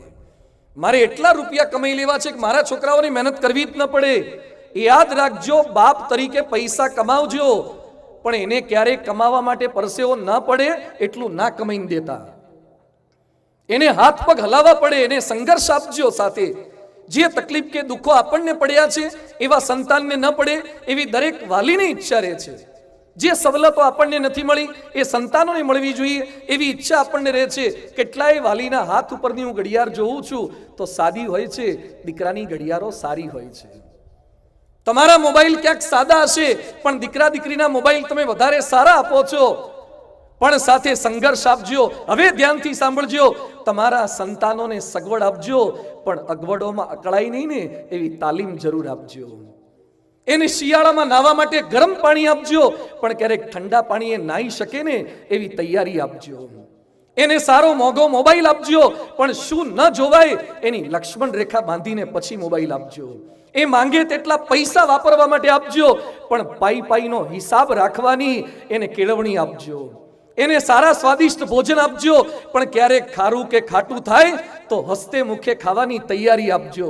એની ગમે તેવી ભૂલો થાય તો ઉદાર દિલે માફ કરી દેજો, પણ ફરી ભૂલ ન કરે એવી તકેદારી આપજો. આપવાનું છે. કેટલાક વાલીઓ શું કહે છે, રાજકોટમાં જ એક ભાઈ મળ્યા હતા, મને કે સ્વામી અમે તો બહુ મોડર્ન છીએ, અમારા ઘરમાં કોઈ રોકટોક નહીં, જેને જે ખાવું હોય ખાય, જે પીવું હોય પીવે, જે જોવું હોય જોવે, જ્યારે નાવું હોય તો નાય, ના નાવું હોય તો ના નાય. Total freedom. મને કે અમારા ઘરમાં ટોટલ ફ્રીડમ. મેં કીધું ટોટલ ફ્રીડમ ને લીધે તમારા ઘરમાં બોટલ ફ્રીડમ આવી ગયું છે અને કિંગડમ ખોવાના વારા આવ્યા છે. બાળક નાનો હોય ત્યારે હાથ પગ પકડીને પણ એને ન ભાવે એવી દવા એના મોઢામાં આપણે નાખી હતી. બાળકને લોલીપોપ ને કેડબરી ખવડાવે એ જ બાપ નથી, એને રોવડાવીને દવા પીવડાવે ને એ વાલી છે. સંતાનને ટીવી મોબાઈલમાં જે ગમે એ જોવા દે એ પેરેન્ટ નથી, પણ અયોગ્ય જોતા અટકાવે એ પેરેન્ટ છે. મહાભારતનો બહુ સુંદર પ્રસંગ છે. જયદ્રથનો વધ થતો હતો એ સમયે અર્જુનના બાણ દુર્યોધન સહન ન કરી શક્યો, એટલે એને દ્રોણાચાર્યને પૂછ્યું કે મારીને અર્જુન બંનેની તાલીમ સરખી છે, તમે અમને બંનેને તાલીમ સરખી આપી છે, છતાં અર્જુન કેમ મેદાન મારી જાય છે અને હું કેમ આવો યોદ્ધો નથી બની શકતો? હવે દ્રોણાચાર્ય દુર્યોધનને કહે છે કે તું ખાલી સુખ સાહેબીમાં જ ઉછર્યો છે અને અર્જુન તકલીફોમાં મોટો થયો છે. તું ખાલી સુખને જાણે છે, અર્જુન સુખ દુઃખ બંને જાણે છે. તને સુવાળી પથારીનો જ અનુભવ છે અને અર્જુનને જંગલની કાંટાળી કેડીનો પણ અનુભવ છે, એટલે આગળ નીકળ્યો છે. તમારા દીકરાને દુર્યોધન જેવી સગવડો ના આપતા, એને અર્જુન જેવો વનવાસ પણ ક્યારેક આપજો, એને સંઘર્ષ આપજો. વિશ્વ યુદ્ધમાં જાપાન અને જર્મની ખલાસ થઈ ગયા, એટલે જ જાપાન અને જર્મની દુનિયાના દેશોને ટક્કર મારે ને એવા પાવરફુલ થયા. થોડોક સંઘર્ષ સારો છે. માતા જીરાફની વાતો ક્યાંક આપણે સાંભળી છે. જીરાફ જ્યારે બચ્ચાને જન્મ આપે એટલે જીરાફ હાઈટ વાળું છે, બચ્ચું જેવું જન્મે નીચે પડે એટલે માતા જીરાફ એના બચ્ચાને લાત મારે. હવે બાળક જન્મ્યું હોય તરત તો વાલ કરવું જોઈએ, લાત મરાય? લાત મારે, બચ્ચું લાત સહન કરી લે, ઊભું ન થાય એટલે ફરતી કિક મારે. લાત પડી એટલે બચ્ચાને એમ થયું કે ઊભા થવું પડશે, નહીં તો ત્રીજી પડશે, એટલે બચ્ચું ઊભું થાય, હજી ચોથી કિક મારે એટલે બચ્ચું ચાલીને ત્યાંથી દૂર જવા જાય. પ્રશ્ન થાય કે તાજા જન્મેલા બાળકને માતા જીરાફ લાત કેમ મારે છે? માતા જાણે છે કે અત્યાર સુધી મારા પેટમાં હતું એટલે સિંહ આવતો કે વાઘ આવતો ત્યારે હું ભાગતી એટલે ભેગી એની રક્ષા થઈ જતી. હવે પેટમાંથી બહાર નીકળ્યું છે એટલે જાતે એને દોડતા શીખવું પડશે, એટલે લાત મારે છે. First she kicks then she licks. પહેલા એ લાત મારે છે ને પછી એ લાડ કરે છે. એટલે સંતાનોને થોડીક કેળવણી માતા જીરાફ જેમ આપે છે ને એમ કેળવણી આપવાની. થોડો સંઘર્ષ આપજો, થોડીક તાલીમ આપજો, તો એ વધારે મજબૂત થશે. સંતાનોને સન્માન પણ આપજો, ખાલી સંઘર્ષ નહીં. એક છોકરો રિઝલ્ટ લઈને આવ્યો, એના પપ્પાને કે પપ્પા જુઓ ને કેટલા ટકા આવ્યા, કેટલા આવ્યા? એ કે 85. હોતા હશે આટલા. અમે હતા ત્યારે તો 99 લાવતા હતા. કેટલાક વાલીનું ગ્રાન્ડ ટોટલ 99 નહીં થતું હોય, તો એ પાછા દર વખતે બડાશ મારે, અમારા જમાનામાં આમ કરતા તેમ કરતા આમ કરતા, છોકરાથી સહન ન થયું એટલે એના બાપને કે દર વખતે મને ટકા ઓછા કહે છો. જવાહરલાલ નહેરુ તમારા જેવડા હતા ને ત્યારે વડાપ્રધાન થઈ ગયા હતા, તમે સરપંચ નથી થયા. ખાલી છોકરાઓના ધર્મ નથી હોતા, થોડા વાલીના ધર્મ હોય છે. જે લાયો છે એ સમયે થોડીક પ્રશંસા તો કરો, થોડોક બિરદાવો તો ખરા. ઘરમાં કંઈક એને સારું કર્યું, અભ્યાસમાં કંઈક સારું કર્યું, સારી કંઈક ચેરિટી એક્ટિવિટી કરી. બ્રોકરેજ ફર્મના ચાર્લ્સ માલિક હતા, એણે બહુ સરસ વાત કરી છે. મારી જિંદગીમાં એક વ્યક્તિ પણ એવી જોઈ નથી જે ટીકા સાંભળ્યા પછી સારું કામ કરી શકે. એવી સ્થિતિનું નિર્માણ કરો કે વાતાવરણમાં ઉત્સાહ ફેલાય. આ કરવાનું છે. એને થોડુંક માન સન્માન પણ આપજો, એની કદર પણ કરજો. જો સંતાન સાથે વિમર્શ કરવો હોય તો સંતાનોમાં વિશ્વાસ મૂકીએ. 1960નો બહુ સુંદર પ્રસંગ છે. અમેરિકામાં એલ યુનિવર્સિટીમાં બિઝનેસ મેનેજમેન્ટ ડિપાર્ટમેન્ટમાં છાત્રો વિવિધ પ્રોજેક્ટ બનાવતા હતા. એમાં એક છોકરો હતો, ફ્રેડ સ્મિથ એનું નામ. એણે એક સરસ પ્રોજેક્ટ બનાવ્યો કે રાતોરાત કોઈક વસ્તુની ડિલિવરી જે તે વ્યક્તિ સુધી પહોંચી જાય. રાતોરાત એ વસ્તુની ડિલિવરી થાય એવો પ્રોજેક્ટ પ્રોફેસર સમક્ષ રજૂ કર્યો. પ્રોફેસર કે આવું બને જ નહીં, શક્ય જ નથી, દિવસો લાગે અને ક્યારેક તો મહિના થઈ જાય. કુરાજી થઈ ગયા. એ ફ્રેડ સ્મિથે બનાવેલા પ્રોજેક્ટને સી ગ્રેડ આપ્યો, બી પણ નહીં, એ તો ન જ આપ્યો, સી ગ્રેડ આપ્યો. યુનિવર્સિટી છોડ્યા પછી એ ફ્રેડ સ્મિથે ફેડરલ એક્સપ્રેસના નામે ડિલિવરી કંપની શરૂ કરી, જેનું શોર્ટ ફોર્મ આજે છે ફેડેક્સ. તેની પાસે 691 કાર્ગો પ્લેન છે. 691 કાર્ગો પ્લેન છે. વર્ષે $190 બિલિયન વેપાર કરે છે. દર વર્ષે $10 બિલિયન નફો કરે છે અને 6,50,000 કર્મચારી છે ફેડેક્સ પાસે. 6,50,000 કર્મચારી, $10 બિલિયન નફો કરે છે, પણ એને એના શિક્ષક ઓળખી ન શક્યા. સી ગ્રેડ આપ્યો. રાતોરાત ડિલિવરી ન થઈ શકે. ઓળખો તમે, એનામાં વિશ્વાસ મૂકો. ઘણા વાલી શું કે મારા દીકરા ના ફાવે, એને શાક ખાતા ફાવે, લેતા ન ફાવે. તો શીખવાડો ને, થોડું શાક લેતા શીખવાડો, કારણ કે આવનારી શાક લેવા ઘણીવાર નહીં જાય, એને લેવા જવું પડશે. હવે તો બધા વાલીને વિનંતી છે કે તમારા દીકરાને પરણાવા હોય ને તો થોડા કપડાં ધોતાય શીખવાડજો, થોડી રોટલીઓ કરતાય શીખવાડજો, થોડી રસોઈ કરતાય શીખવાડજો. બધા વાલીની મારી વિનંતી છે, કારણ કે નવી પેઢીમાં તમારા ઘરવાળાએ જે પ્રકારે સહન કર્યું છે એવી બાઈઓ મળશે એવી 100% ગેરંટી નથી. શક્યતા જ નથી, બહુ ઓછી શક્યતા છે. એટલે તમારા દીકરાઓને પૂરેપૂરી તાલીમ આપજો. એને શાક લેતા શીખવાડજો, ક્યાંક રસોઈ કરતા શીખવાડજો, ક્યાંક કચરા પોતાની તાલીમ આપજો. સંતાનોમાં થોડો વિશ્વાસ મૂકજો, શીખી શકે.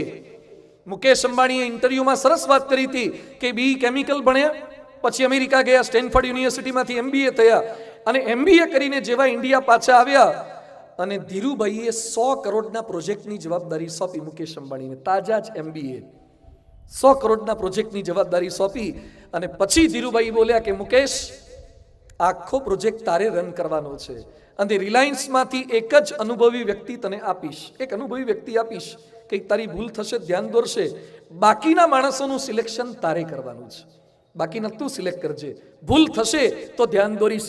મુકેશભાઈ ઇન્ટરવ્યુમાં બોલ્યા હતા, મારા બાપ આટલા મોટા ગજાના બિઝનેસમેન હતા, પણ એક તાજા MBA થયેલા છોકરા પર આટલો વિશ્વાસ મૂકી શકતા હતા. થોડોક વિશ્વાસ પણ મૂકજો, શંકા ન રાખતા સતત તને ના ફાવે, તું ના કરી શકે, અમે જૂના જમાનાના છીએ. આપણી મોટી ખામી છે, વિશ્વાસ નથી મૂકી શકતા. આજે BAPSની સફળતાના મૂળમાં હોય તો પ્રમુખ સ્વામી મહારાજે નાના નાના સંતો ભક્તો પર, કાર્યકર્તા પર મૂકેલો વિશ્વાસ છે. સ્વામીજી 6 ચોપડી ભણેલા હતા અને એક વ્યક્તિ આવો સમાજ કઈ રીતે તૈયાર કરી શકે?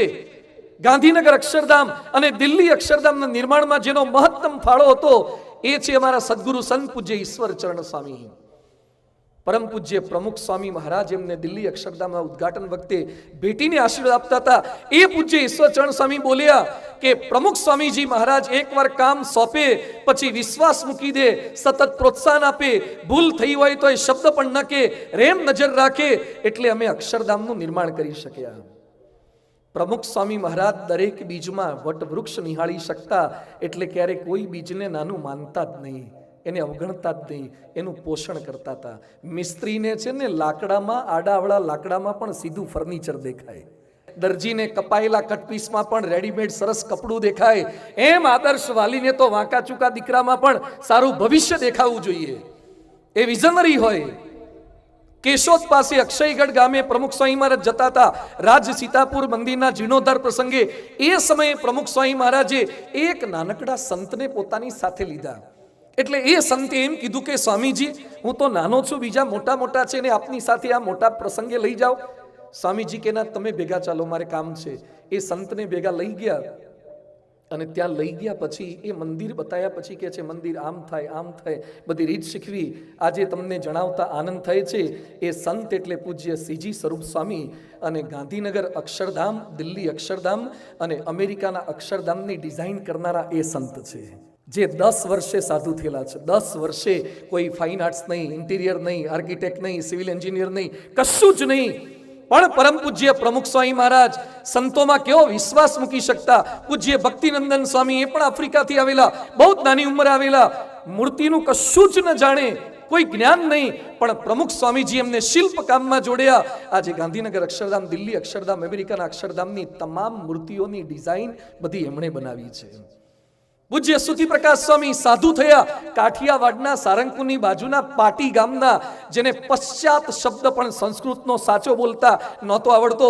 આજે સ્વામિનારાયણ સંપ્રદાયના સૌથી ભણેલા સંતો પૈકીના એક આ સુતી પ્રકાશ સ્વામી છે, જેણે 22,000 સંસ્કૃત શ્લોકોનો ગ્રંથ બનાવ્યો છે. 22,000 સંસ્કૃત શ્લોકોનો.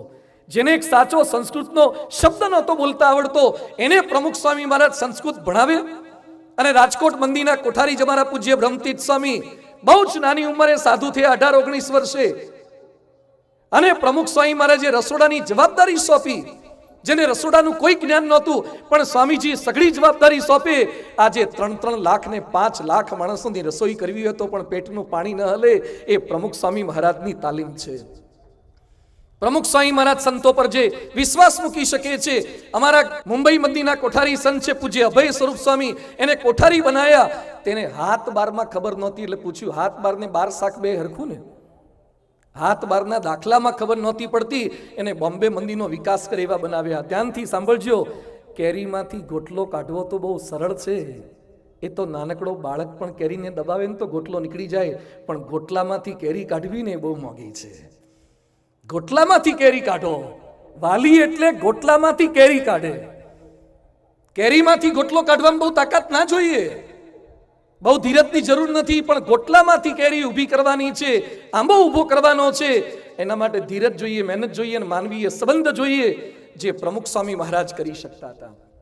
નાનકડા યુવાનોમાં કાર્યકર્તાઓમાં વિશ્વાસ મૂકતા હતા. ન કેવળ સંતો, જલસણ ગામે પ્રમુખ સ્વામીજી મહારાજ વર્ષો પહેલા 76ની સાલમાં ગયા હતા. સભા કરી, પધરામણી કરી. એક નાનકડો 14 વર્ષનો કિશોર, રિલેશ બારોટ એનું નામ, એના ઘરે લઈ ગયો. પછી પ્રમુખ સ્વામી મહારાજને કે મારી ભેંસ પર હાથ મૂકો ને, તો સ્વામીજીએ ભેંસ પર હાથ મૂક્યો. એ કે વધારે દૂધ આપે એટલે ભેંસ પર હાથ ફેરવો, તો હાથ ફેરવ્યો.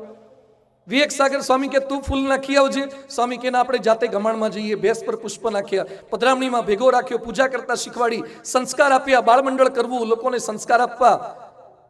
વિવેક સાગર સ્વામી કે સ્વામીજી આપ આરામ કરો. 14 વર્ષના કિશોર પાછળ પ્રમુખ સ્વામી મહારાજે આખી બપોરનો 1.5-2 કલાકનો સમય આપ્યો. એ કિશોર આજે સેંકડો ગામોના સંયોજક તરીકે જવાબદારી બજાવે છે. ગોટલામાંથી કેરી કાઢવાનું કામ પ્રમુખ સ્વામી મહારાજ કરી શકતા હતા. આફ્રિકાના કિસુમમાં એક છોકરો, કલ્પેશ એનું નામ, 800માંથી ખાલી 12 માર્ક્સ આવ્યા હતા. 800માંથી 12 માર્ક. બહુ ઠોઠ. શિક્ષકો ના પાડે, વાલીઓ ના પાડે, પ્રમુખ સ્વામી મહારાજ પાસે લઈ આવ્યા. અને પ્રમુખ સ્વામી કે આ તો ડોક્ટર થાય એવો છે, ભણે એવો છે, એટલી પોઝિટિવિટી રેડી. આજે કિસુમોનો એ સારા ડોક્ટર તરીકે ફરજ બજાવે છે. જર્મન કવિ ગેટે બહુ સરસ વાત કરી છે. If you treat a man as he is and he will remain as he is. તમે માણસને એ રીતે તાલીમ આપશો કે જેવો છે એવી તો એવો જ રહેશે, પણ જેવો બનાવવા માંગો છો એવી તાલીમ આપજો. એટલે પ્રમુખ સ્વામી મહારાજે ગાંધીનગર અક્ષરધામમાં બાળકોનો સુવર્ણ જયંતિ મહોત્સવ હતો, ત્યારે કલામ સાહેબ આવ્યા હતા અને સામે 25,000 બાળકોને બાલિકાઓ બેઠા હતા. આખું ફંક્શન પૂરું થયું, હજારો બાળકો બાલિકા હતા અને આરતીનો કાર્યક્રમ હતો. ત્યારે સંતોએ આરતી તૈયાર કરી હતી ને પ્રમુખ સ્વામીજી મહારાજના હાથમાં આરતી આપવાની હતી. સંતોને સંકોચ થતો હતો કે કલામ સાહેબ તો મુસ્લિમ ધર્મને વરેલા છે, એમનામાં કદાચ આરતીની પ્રણાલિકા ન હોય તો આરતી આપવી કે નહીં. સ્વામીજી કે લાવો આરતી આપણે કલામ સાહેબને આપીએ. પ્રમુખ સ્વામીજી આરતી લઈને કલામ સાહેબના હાથમાં આરતીની ડીશ આપી અને પછી પ્રમુખ સ્વામીજી બોલ્યા હતા કે સાહેબ, આપણે સામે બેઠેલા બાળકોની આરતી નથી કરતા, બાળકોના હૃદયમાં રહેલા પરમાત્માની આરતી કરીએ છીએ. બાળકોમાં પરમાત્મા જોવાનું કામ એ કરી શકતા હતા. બાળકોની આરતી ઉતારાવડાવી. અત્યારે વિશ્વવંદનીય પરમ પૂજ્ય મહંત સ્વામી મહારાજ નાનકડા બાળકને જોવે એટલે એમ બોલે છે 80+, 90+, 95+. એટલે સંતોએ પ્રશ્ન પૂછ્યો કે સ્વામી આ તો 5 વર્ષનો છે, 7 વર્ષનો છે, 8 વર્ષનો છે, આપ કેમ બોલો છો 90+? સ્વામીજી કે આ તો મોટી ઉંમરે ગુજરીને પાછા આવ્યા છે એટલે 90+ જ છે. આ બધા બહુ મોટી ઉંમરના છે. આજે તાજા જન્મેલા નાના દેખાય છે પણ બહુ મોટા છે. આજે છોકરાઓ ગાળો બોલતા શીખે. આપણા સંતો સારંગપુરની બાજુનું એક ગામ છે જમરાળા, એ ગામે ગયા અને છોકરાઓ રખડતા હતા, રમતા હતા. એમાં એક છોકરાને બોલાવીને પૂછ્યું કે દેશ ભક્તોના નામ આવડે 5? તો કે ના ફાવે. 5 રાજકીય પુરુષોના નામ ફાવે ના ફાવે? એક છોકરો કે મને 10 ગાળો ફાવે, બોલું? બોલવાનું તો કહેવાય નહીં. ગાળો બોલતા શીખીએ, અપશબ્દો બોલતા શીખીએ. આ વખતે પરમ પૂજ્ય મહંત સ્વામી મહારાજે સંકલ્પ કર્યો. એમણે 315 શ્લોકોનો એક ગ્રંથ રચ્યો છે, સત્સંગ દીક્ષા. અને મહંત સ્વામી મહારાજે આખા BAPS માં હાલેક જગાવી કે આપણા બાળકો, બાલિકાઓ, યુવક યુવતીઓ આ શ્લોકો કંઠસ્થ કરે. સંસ્કૃતના 315 શ્લોકો કંઠસ્થ કરે. તમને જાણીને આનંદ થશે, અહોભાવ થશે. 4 વર્ષના બાળકથી શરૂ કરીને 88 વર્ષના વૃદ્ધ સુધી લોકોએ 315 સંસ્કૃતના શ્લોકો મોઢે કર્યા છે. આ કર્યું છે. બાળકોને સંસ્કૃત બોલતા કર્યા, કારિકાઓના પાઠ કરાવ્યા. ખેડૂતને એક દાણામાંથી 1000 દાણા કરવાની ક્ષમતા દેખાય. એમ જે વાલી હોય ને, એ તો એક જીવમાંથી અનેક જીવને ઊભા કરવાની વાત જોઈ શકે છે. તો ક્ષમતા એની ઓળખજો, એનામાં વિશ્વાસ મૂકજો, અને વારસ સાથે વિમર્શ એટલે સંતાનોને સદવર્તનનું શિક્ષણ આપજો. એક આર્કિટેક્ટ મને મળવા માટે આવ્યા. મને કે સ્વામીજી તકલીફ છે. શું તકલીફ છે? મને કે મારી પત્ની રોજ રાત્રે કોકની સાથે ઓનલાઈન હોય છે. બધું સાંભળીને કહો છો કે જોયું? મન કે છેલ્લા મહિનાથી જોઉં છું. હું સૂઈ જાઉં, પડખું ફેરવતા જાગી જાઉં તો 1:30 થી 2, 2:30 વાગ્યા સુધી ચેટિંગ ચાલુ હોય છે. મન કે મેં ડિટેલ ચેક પણ કરી. તો બધું એકવાર એ કન્ફેસ કરતા હોય, માફી માંગતા હોય તો માફ કરી દો, જતા કરો. આવા નાના કારણસર ને થાય, ભૂલ તો થાય, દરેકની થઈ શકે. મન કે મેં મારી પત્ની આગળ મારી બધી જ તૈયારી બતાવી તો મારી પત્ની મને એવો જવાબ આપે છે કે you are my husband and he is my friend. તમે મારા પતિ છો અને મારો મિત્ર છે. I will keep both. હું બંનેને રાખીશ. તમારા પત્ની શું કરે છે? મને કે રાજકોટની એક સ્કૂલમાં શિક્ષિકા તરીકે સર્વિસ કરે છે. એ શિક્ષિકા બેન છે. બાળકોને શું પાઠ શીખવાડવાના, કઈ તાલીમ આપવાના, કયા પ્રકારના સંતાનોને તમે તૈયાર કરવા માંગો છો? કેવું અધઃ પતન આપણે ચારિત્ર બાબતમાં કરી રહ્યા છીએ. સદવર્તનની તાલીમ આપવાની છે. જન્મથી કોઈ સંસ્કારી નથી હોતું, કોઈ કુસંસ્કારી નથી હોતું.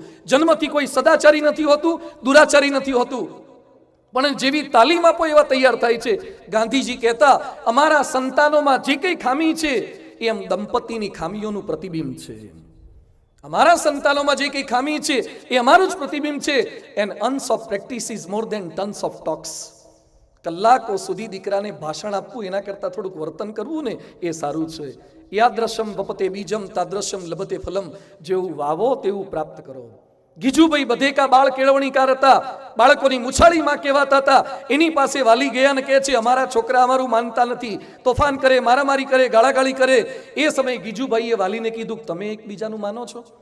તો પતિ કે હું માનું છું પણ આ માનતી નથી. પત્ની કે હું માનું છું પણ આ માનતો નથી. ગીજુભાઈ કે બંને એકબીજાનું માનવાનું શરૂ કરો તો પેલા બે તમારા બેયનું માનશે.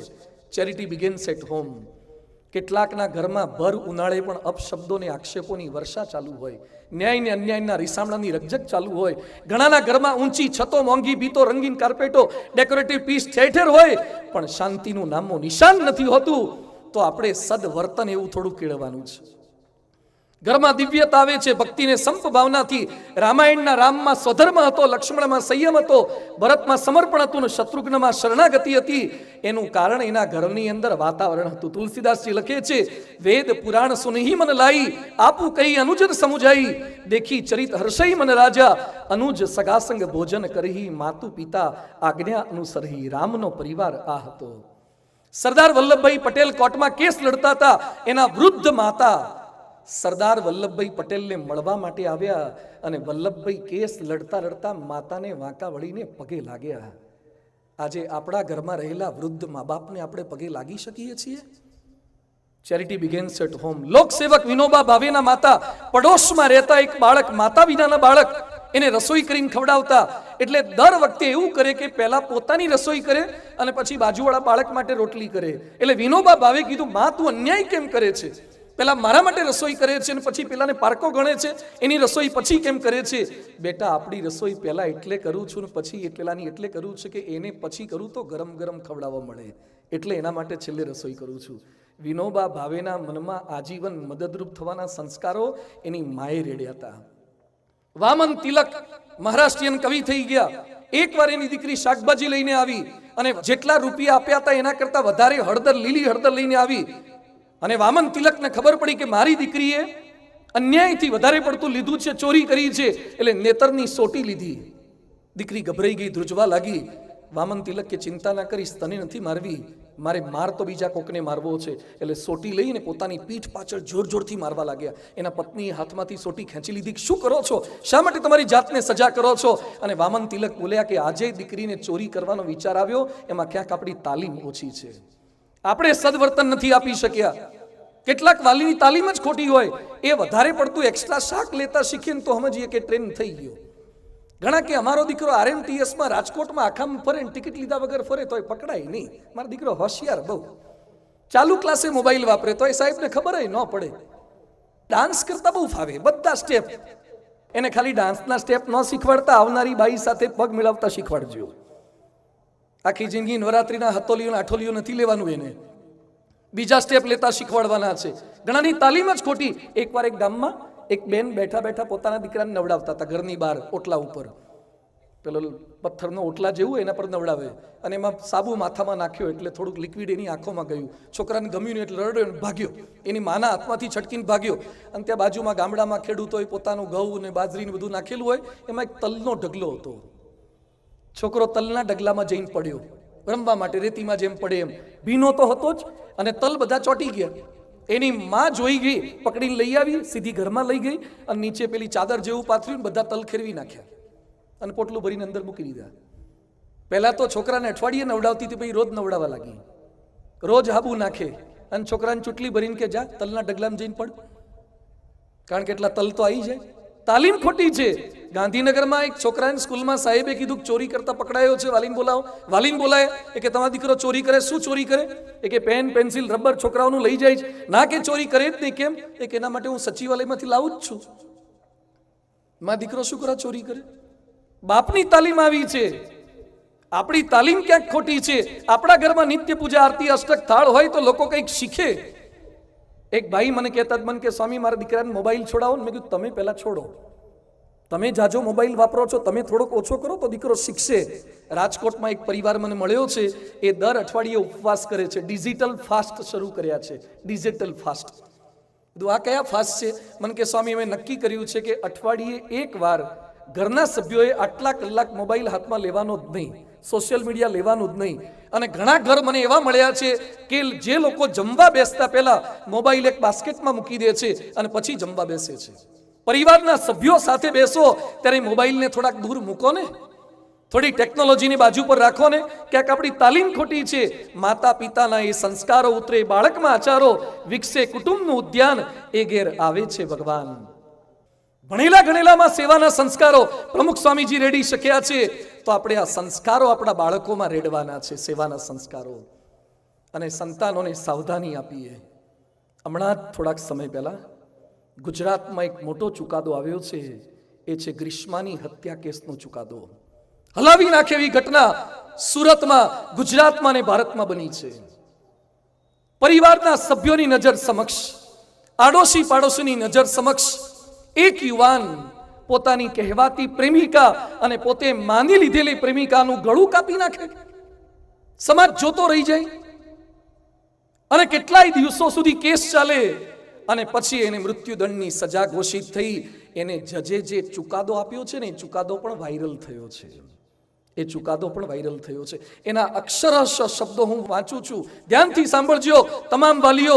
જજ નોંધે છે, અત્યંત ઘાતકી અને નિર્દયતાપૂર્વક થયેલી હત્યાના ગુના, આરોપીની ગુનાહિત માનસિકતામાં મોબાઈલ ફોનનો સતત ઉપયોગ, હિંસક વેબ સિરીઝ અને હિંસક ગેમ્સ રમ્યા કરવાની અયોગ્ય ટેવ મહદઅંશે જવાબદાર બની છે. નાની ઉંમરના યુવક યુવતીઓ જો ઇન્ટરનેટના માધ્યમથી મોબાઈલ પર અશ્લીલ ચિત્રો, અશ્લીલ વિડીયો, રીલ્સ, બીભત્સા, હિંસાથી પ્રચુર વેબ સિરીઝ અને હિંસક બનાવતી ગેમ્સ રમવાના આદતી બની જાય તો તેઓના સ્વભાવ અને વ્યક્તિત્વમાં નકારાત્મકતા અને વિકૃતિઓ જન્મે છે, જેના પરિણામો આવા દુઃખદ હોય છે. આમાં સુધારો થવો સાવ અસંભવિત નહીં પણ અત્યંત મુશ્કેલ બને છે. જે સમયનો ઉપયોગ યુવાનો સર્જનાત્મક પ્રવૃત્તિમાં સ્વયંના, સમાજના કે રાષ્ટ્રના હિત કે વિકાસ માટે કરી શકે, તે અતિ મૂલ્યવાન કિંમતી સમય આવી નિરર્થક પ્રવૃત્તિમાં વેડફાઈ જાય છે. હવે સાંભળજો, આ પરિસ્થિતિ માત્ર કાયદાથી, પોલીસ, મશીનરી કે અદાલતથી બદલી શકાય નહીં. યુવાનો ઉપરાંત તેમના માતા પિતાની અને સમાજની પણ આ બાબતે જાગૃતિ, ચિંતા અને કાળજી અનિવાર્ય છે. સમાજના આગેવાનો, સામાજિક સંસ્થાઓ આ સંબંધી જાગૃતિ ફેલાવવા યોગ્ય ભૂમિકા ભજવી શકે. અરે જજ સાહેબને હું કહું છું કે સાહેબ, તમે તો વિનંતી કરી છે કે ભજવી શકે. અમે BAPSના સંતો તો કટિબદ્ધ થયા છે કે અમે આવા ફેનિલો તૈયાર નથી કરવા, અમારે આદર્શ સંતાનો તૈયાર કરવા છે. એના માટે સંસ્કાર આપીએ છીએ, એના માટે માનવ ઉત્કર્ષ છે. આ જ વેકેશનમાં રાજકોટના 1000 બાળકો બાલિકાઓએ વ્યસન મુક્તિ અભિયાન ચલાવ્યું, પ્રકૃતિ સંવર્ધન અભિયાન ચલાવ્યું. રેલવે સ્ટેશન, બસ સ્ટેન્ડે, એરપોર્ટ ઉપર દરેક જગ્યાએ જઈ અને વ્યસની માણસોનો સંપર્ક કર્યો. 80,000 લોકોનો સંપર્ક BAPSના 1000 બાળકો બાલિકાઓએ કર્યો છે અને વ્યસન મુક્તિનો સંદેશ આપ્યો છે. જે સંસ્કારી બને છે, બીજા અનેકને સંસ્કારની પ્રેરણા આપે છે. અહીંયા બેઠેલા બધાને મારી વિનંતી છે, તમારા દીકરા દીકરી મોબાઈલમાં શું જોવે છે ને એની થોડીક સાયદી રાખજો, થોડીક તકેદારી રાખજો. ગમે તેવા સારા હોય ને, બગડવાની પૂરેપૂરી શક્યતા છે. ગમે તેવા સારા. ટેકનોલોજીનો પ્રભાવ એવો છે, ભલભલાને એ જીવતા ડાયનેમાઇટ જેવી છે. હમણાં જ મને રાજકોટના એક ડોક્ટર મળ્યા.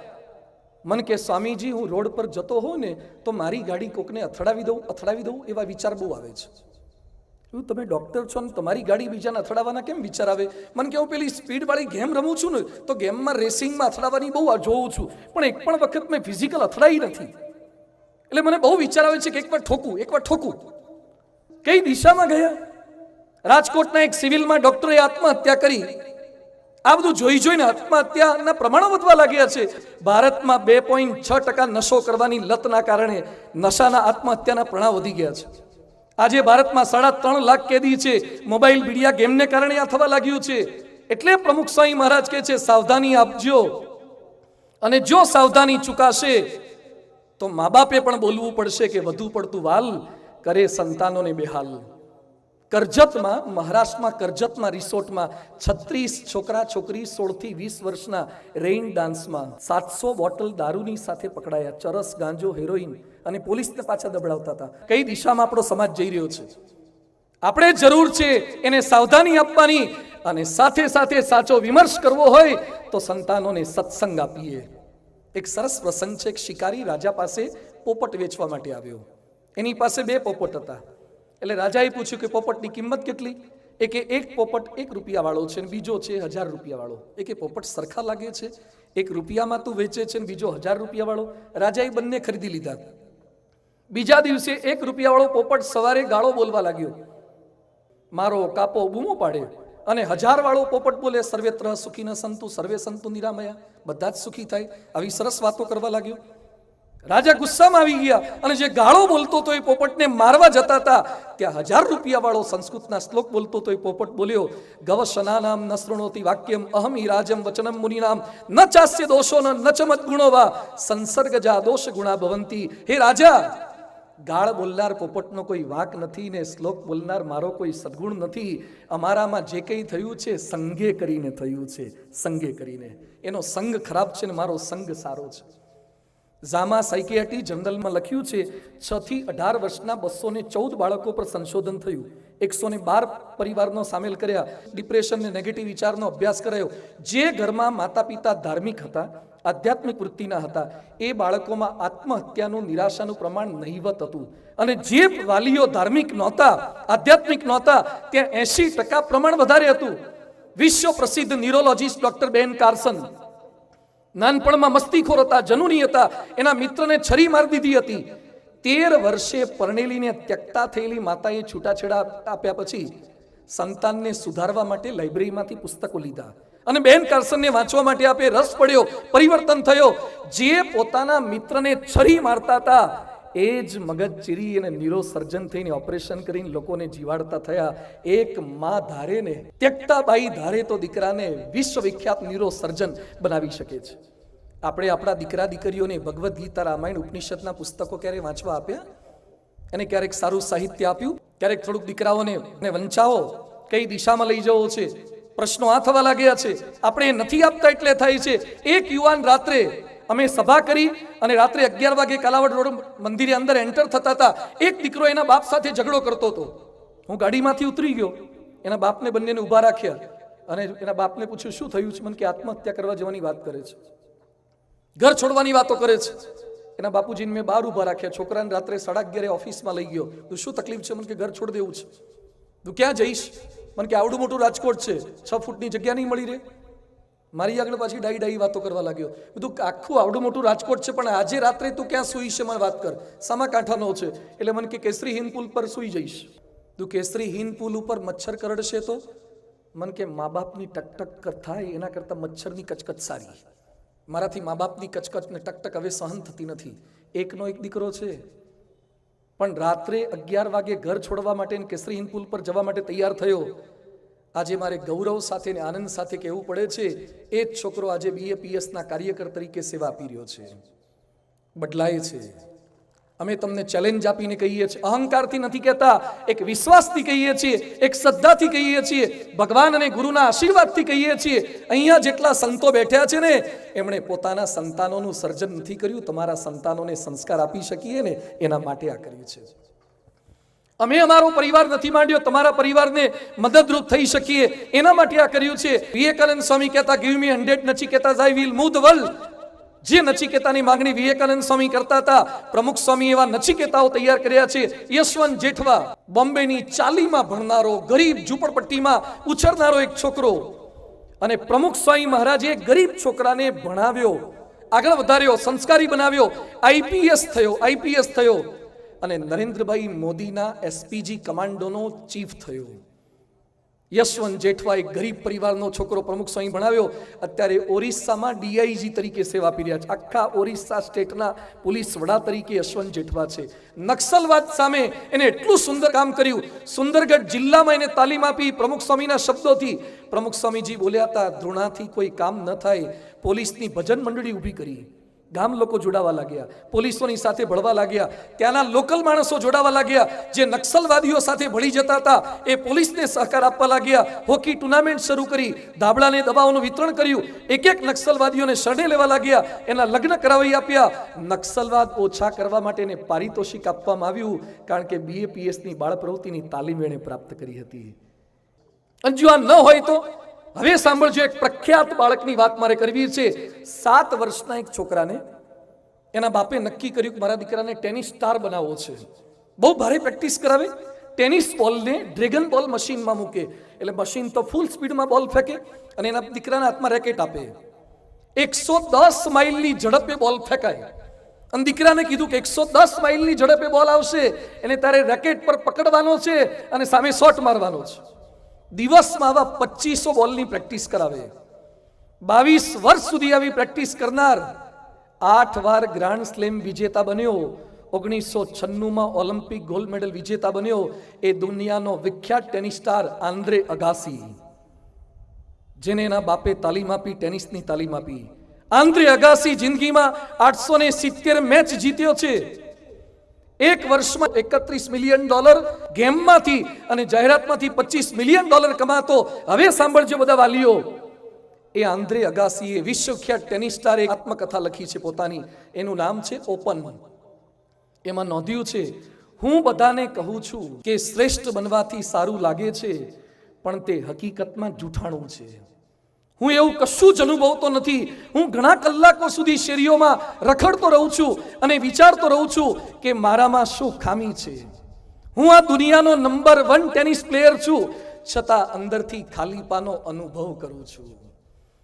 તમારા દીકરાને વિશ્વવિખ્યાત બનાવવો હોય તો ખાલી ટેનિસની તાલીમ આપજો, પણ એનું જીવન સાર્થક કરવું હોય તો સત્સંગનો, સંતોનો સમાગમ આપજો, આ તાલીમ આપજો. એના માટે આ કરવાનું છે અને કરી શકીએ. મંડન મિશ્રના ઘર માટે કહેવાતું સ્વતઃ પ્રમાણમ પરતઃ પ્રમાણમની વાતો જ્યાં પોપટ અને મેના કરતા હોય, એમ મંડન મિશ્રનું ઘર હોય. એમ અહીંયા બેઠેલા વાલીઓને મારી વિનંતી છે, તમે તમારું ઘર કયું છે શું બોલી શકો? તમારા સંતાનો માટે એવો પરિચય આપી શકો કે જેને સારો મોબાઈલ વાપરતા આવડતો હોય મારો દીકરો હોય, સૌથી સ્પીડમાં બાઇક ચલાવે મારો છોકરો હોય, દર મહિને એક ટ્રાફિકનો મેમો આવે મારો દીકરો હોય, સારો ડાન્સ કરતા આવડે મારો દીકરો હોય, બ્રાન્ડેડ કપડાં પહેરે મારો દીકરો હોય, મોટી ડિગ્રીઓ, આ પરિચય નહીં.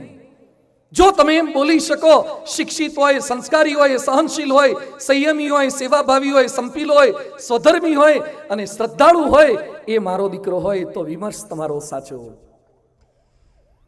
જન્મ તો તમે આપ્યો છે, પણ એની સાથે વિમર્શ કરવાનો છે.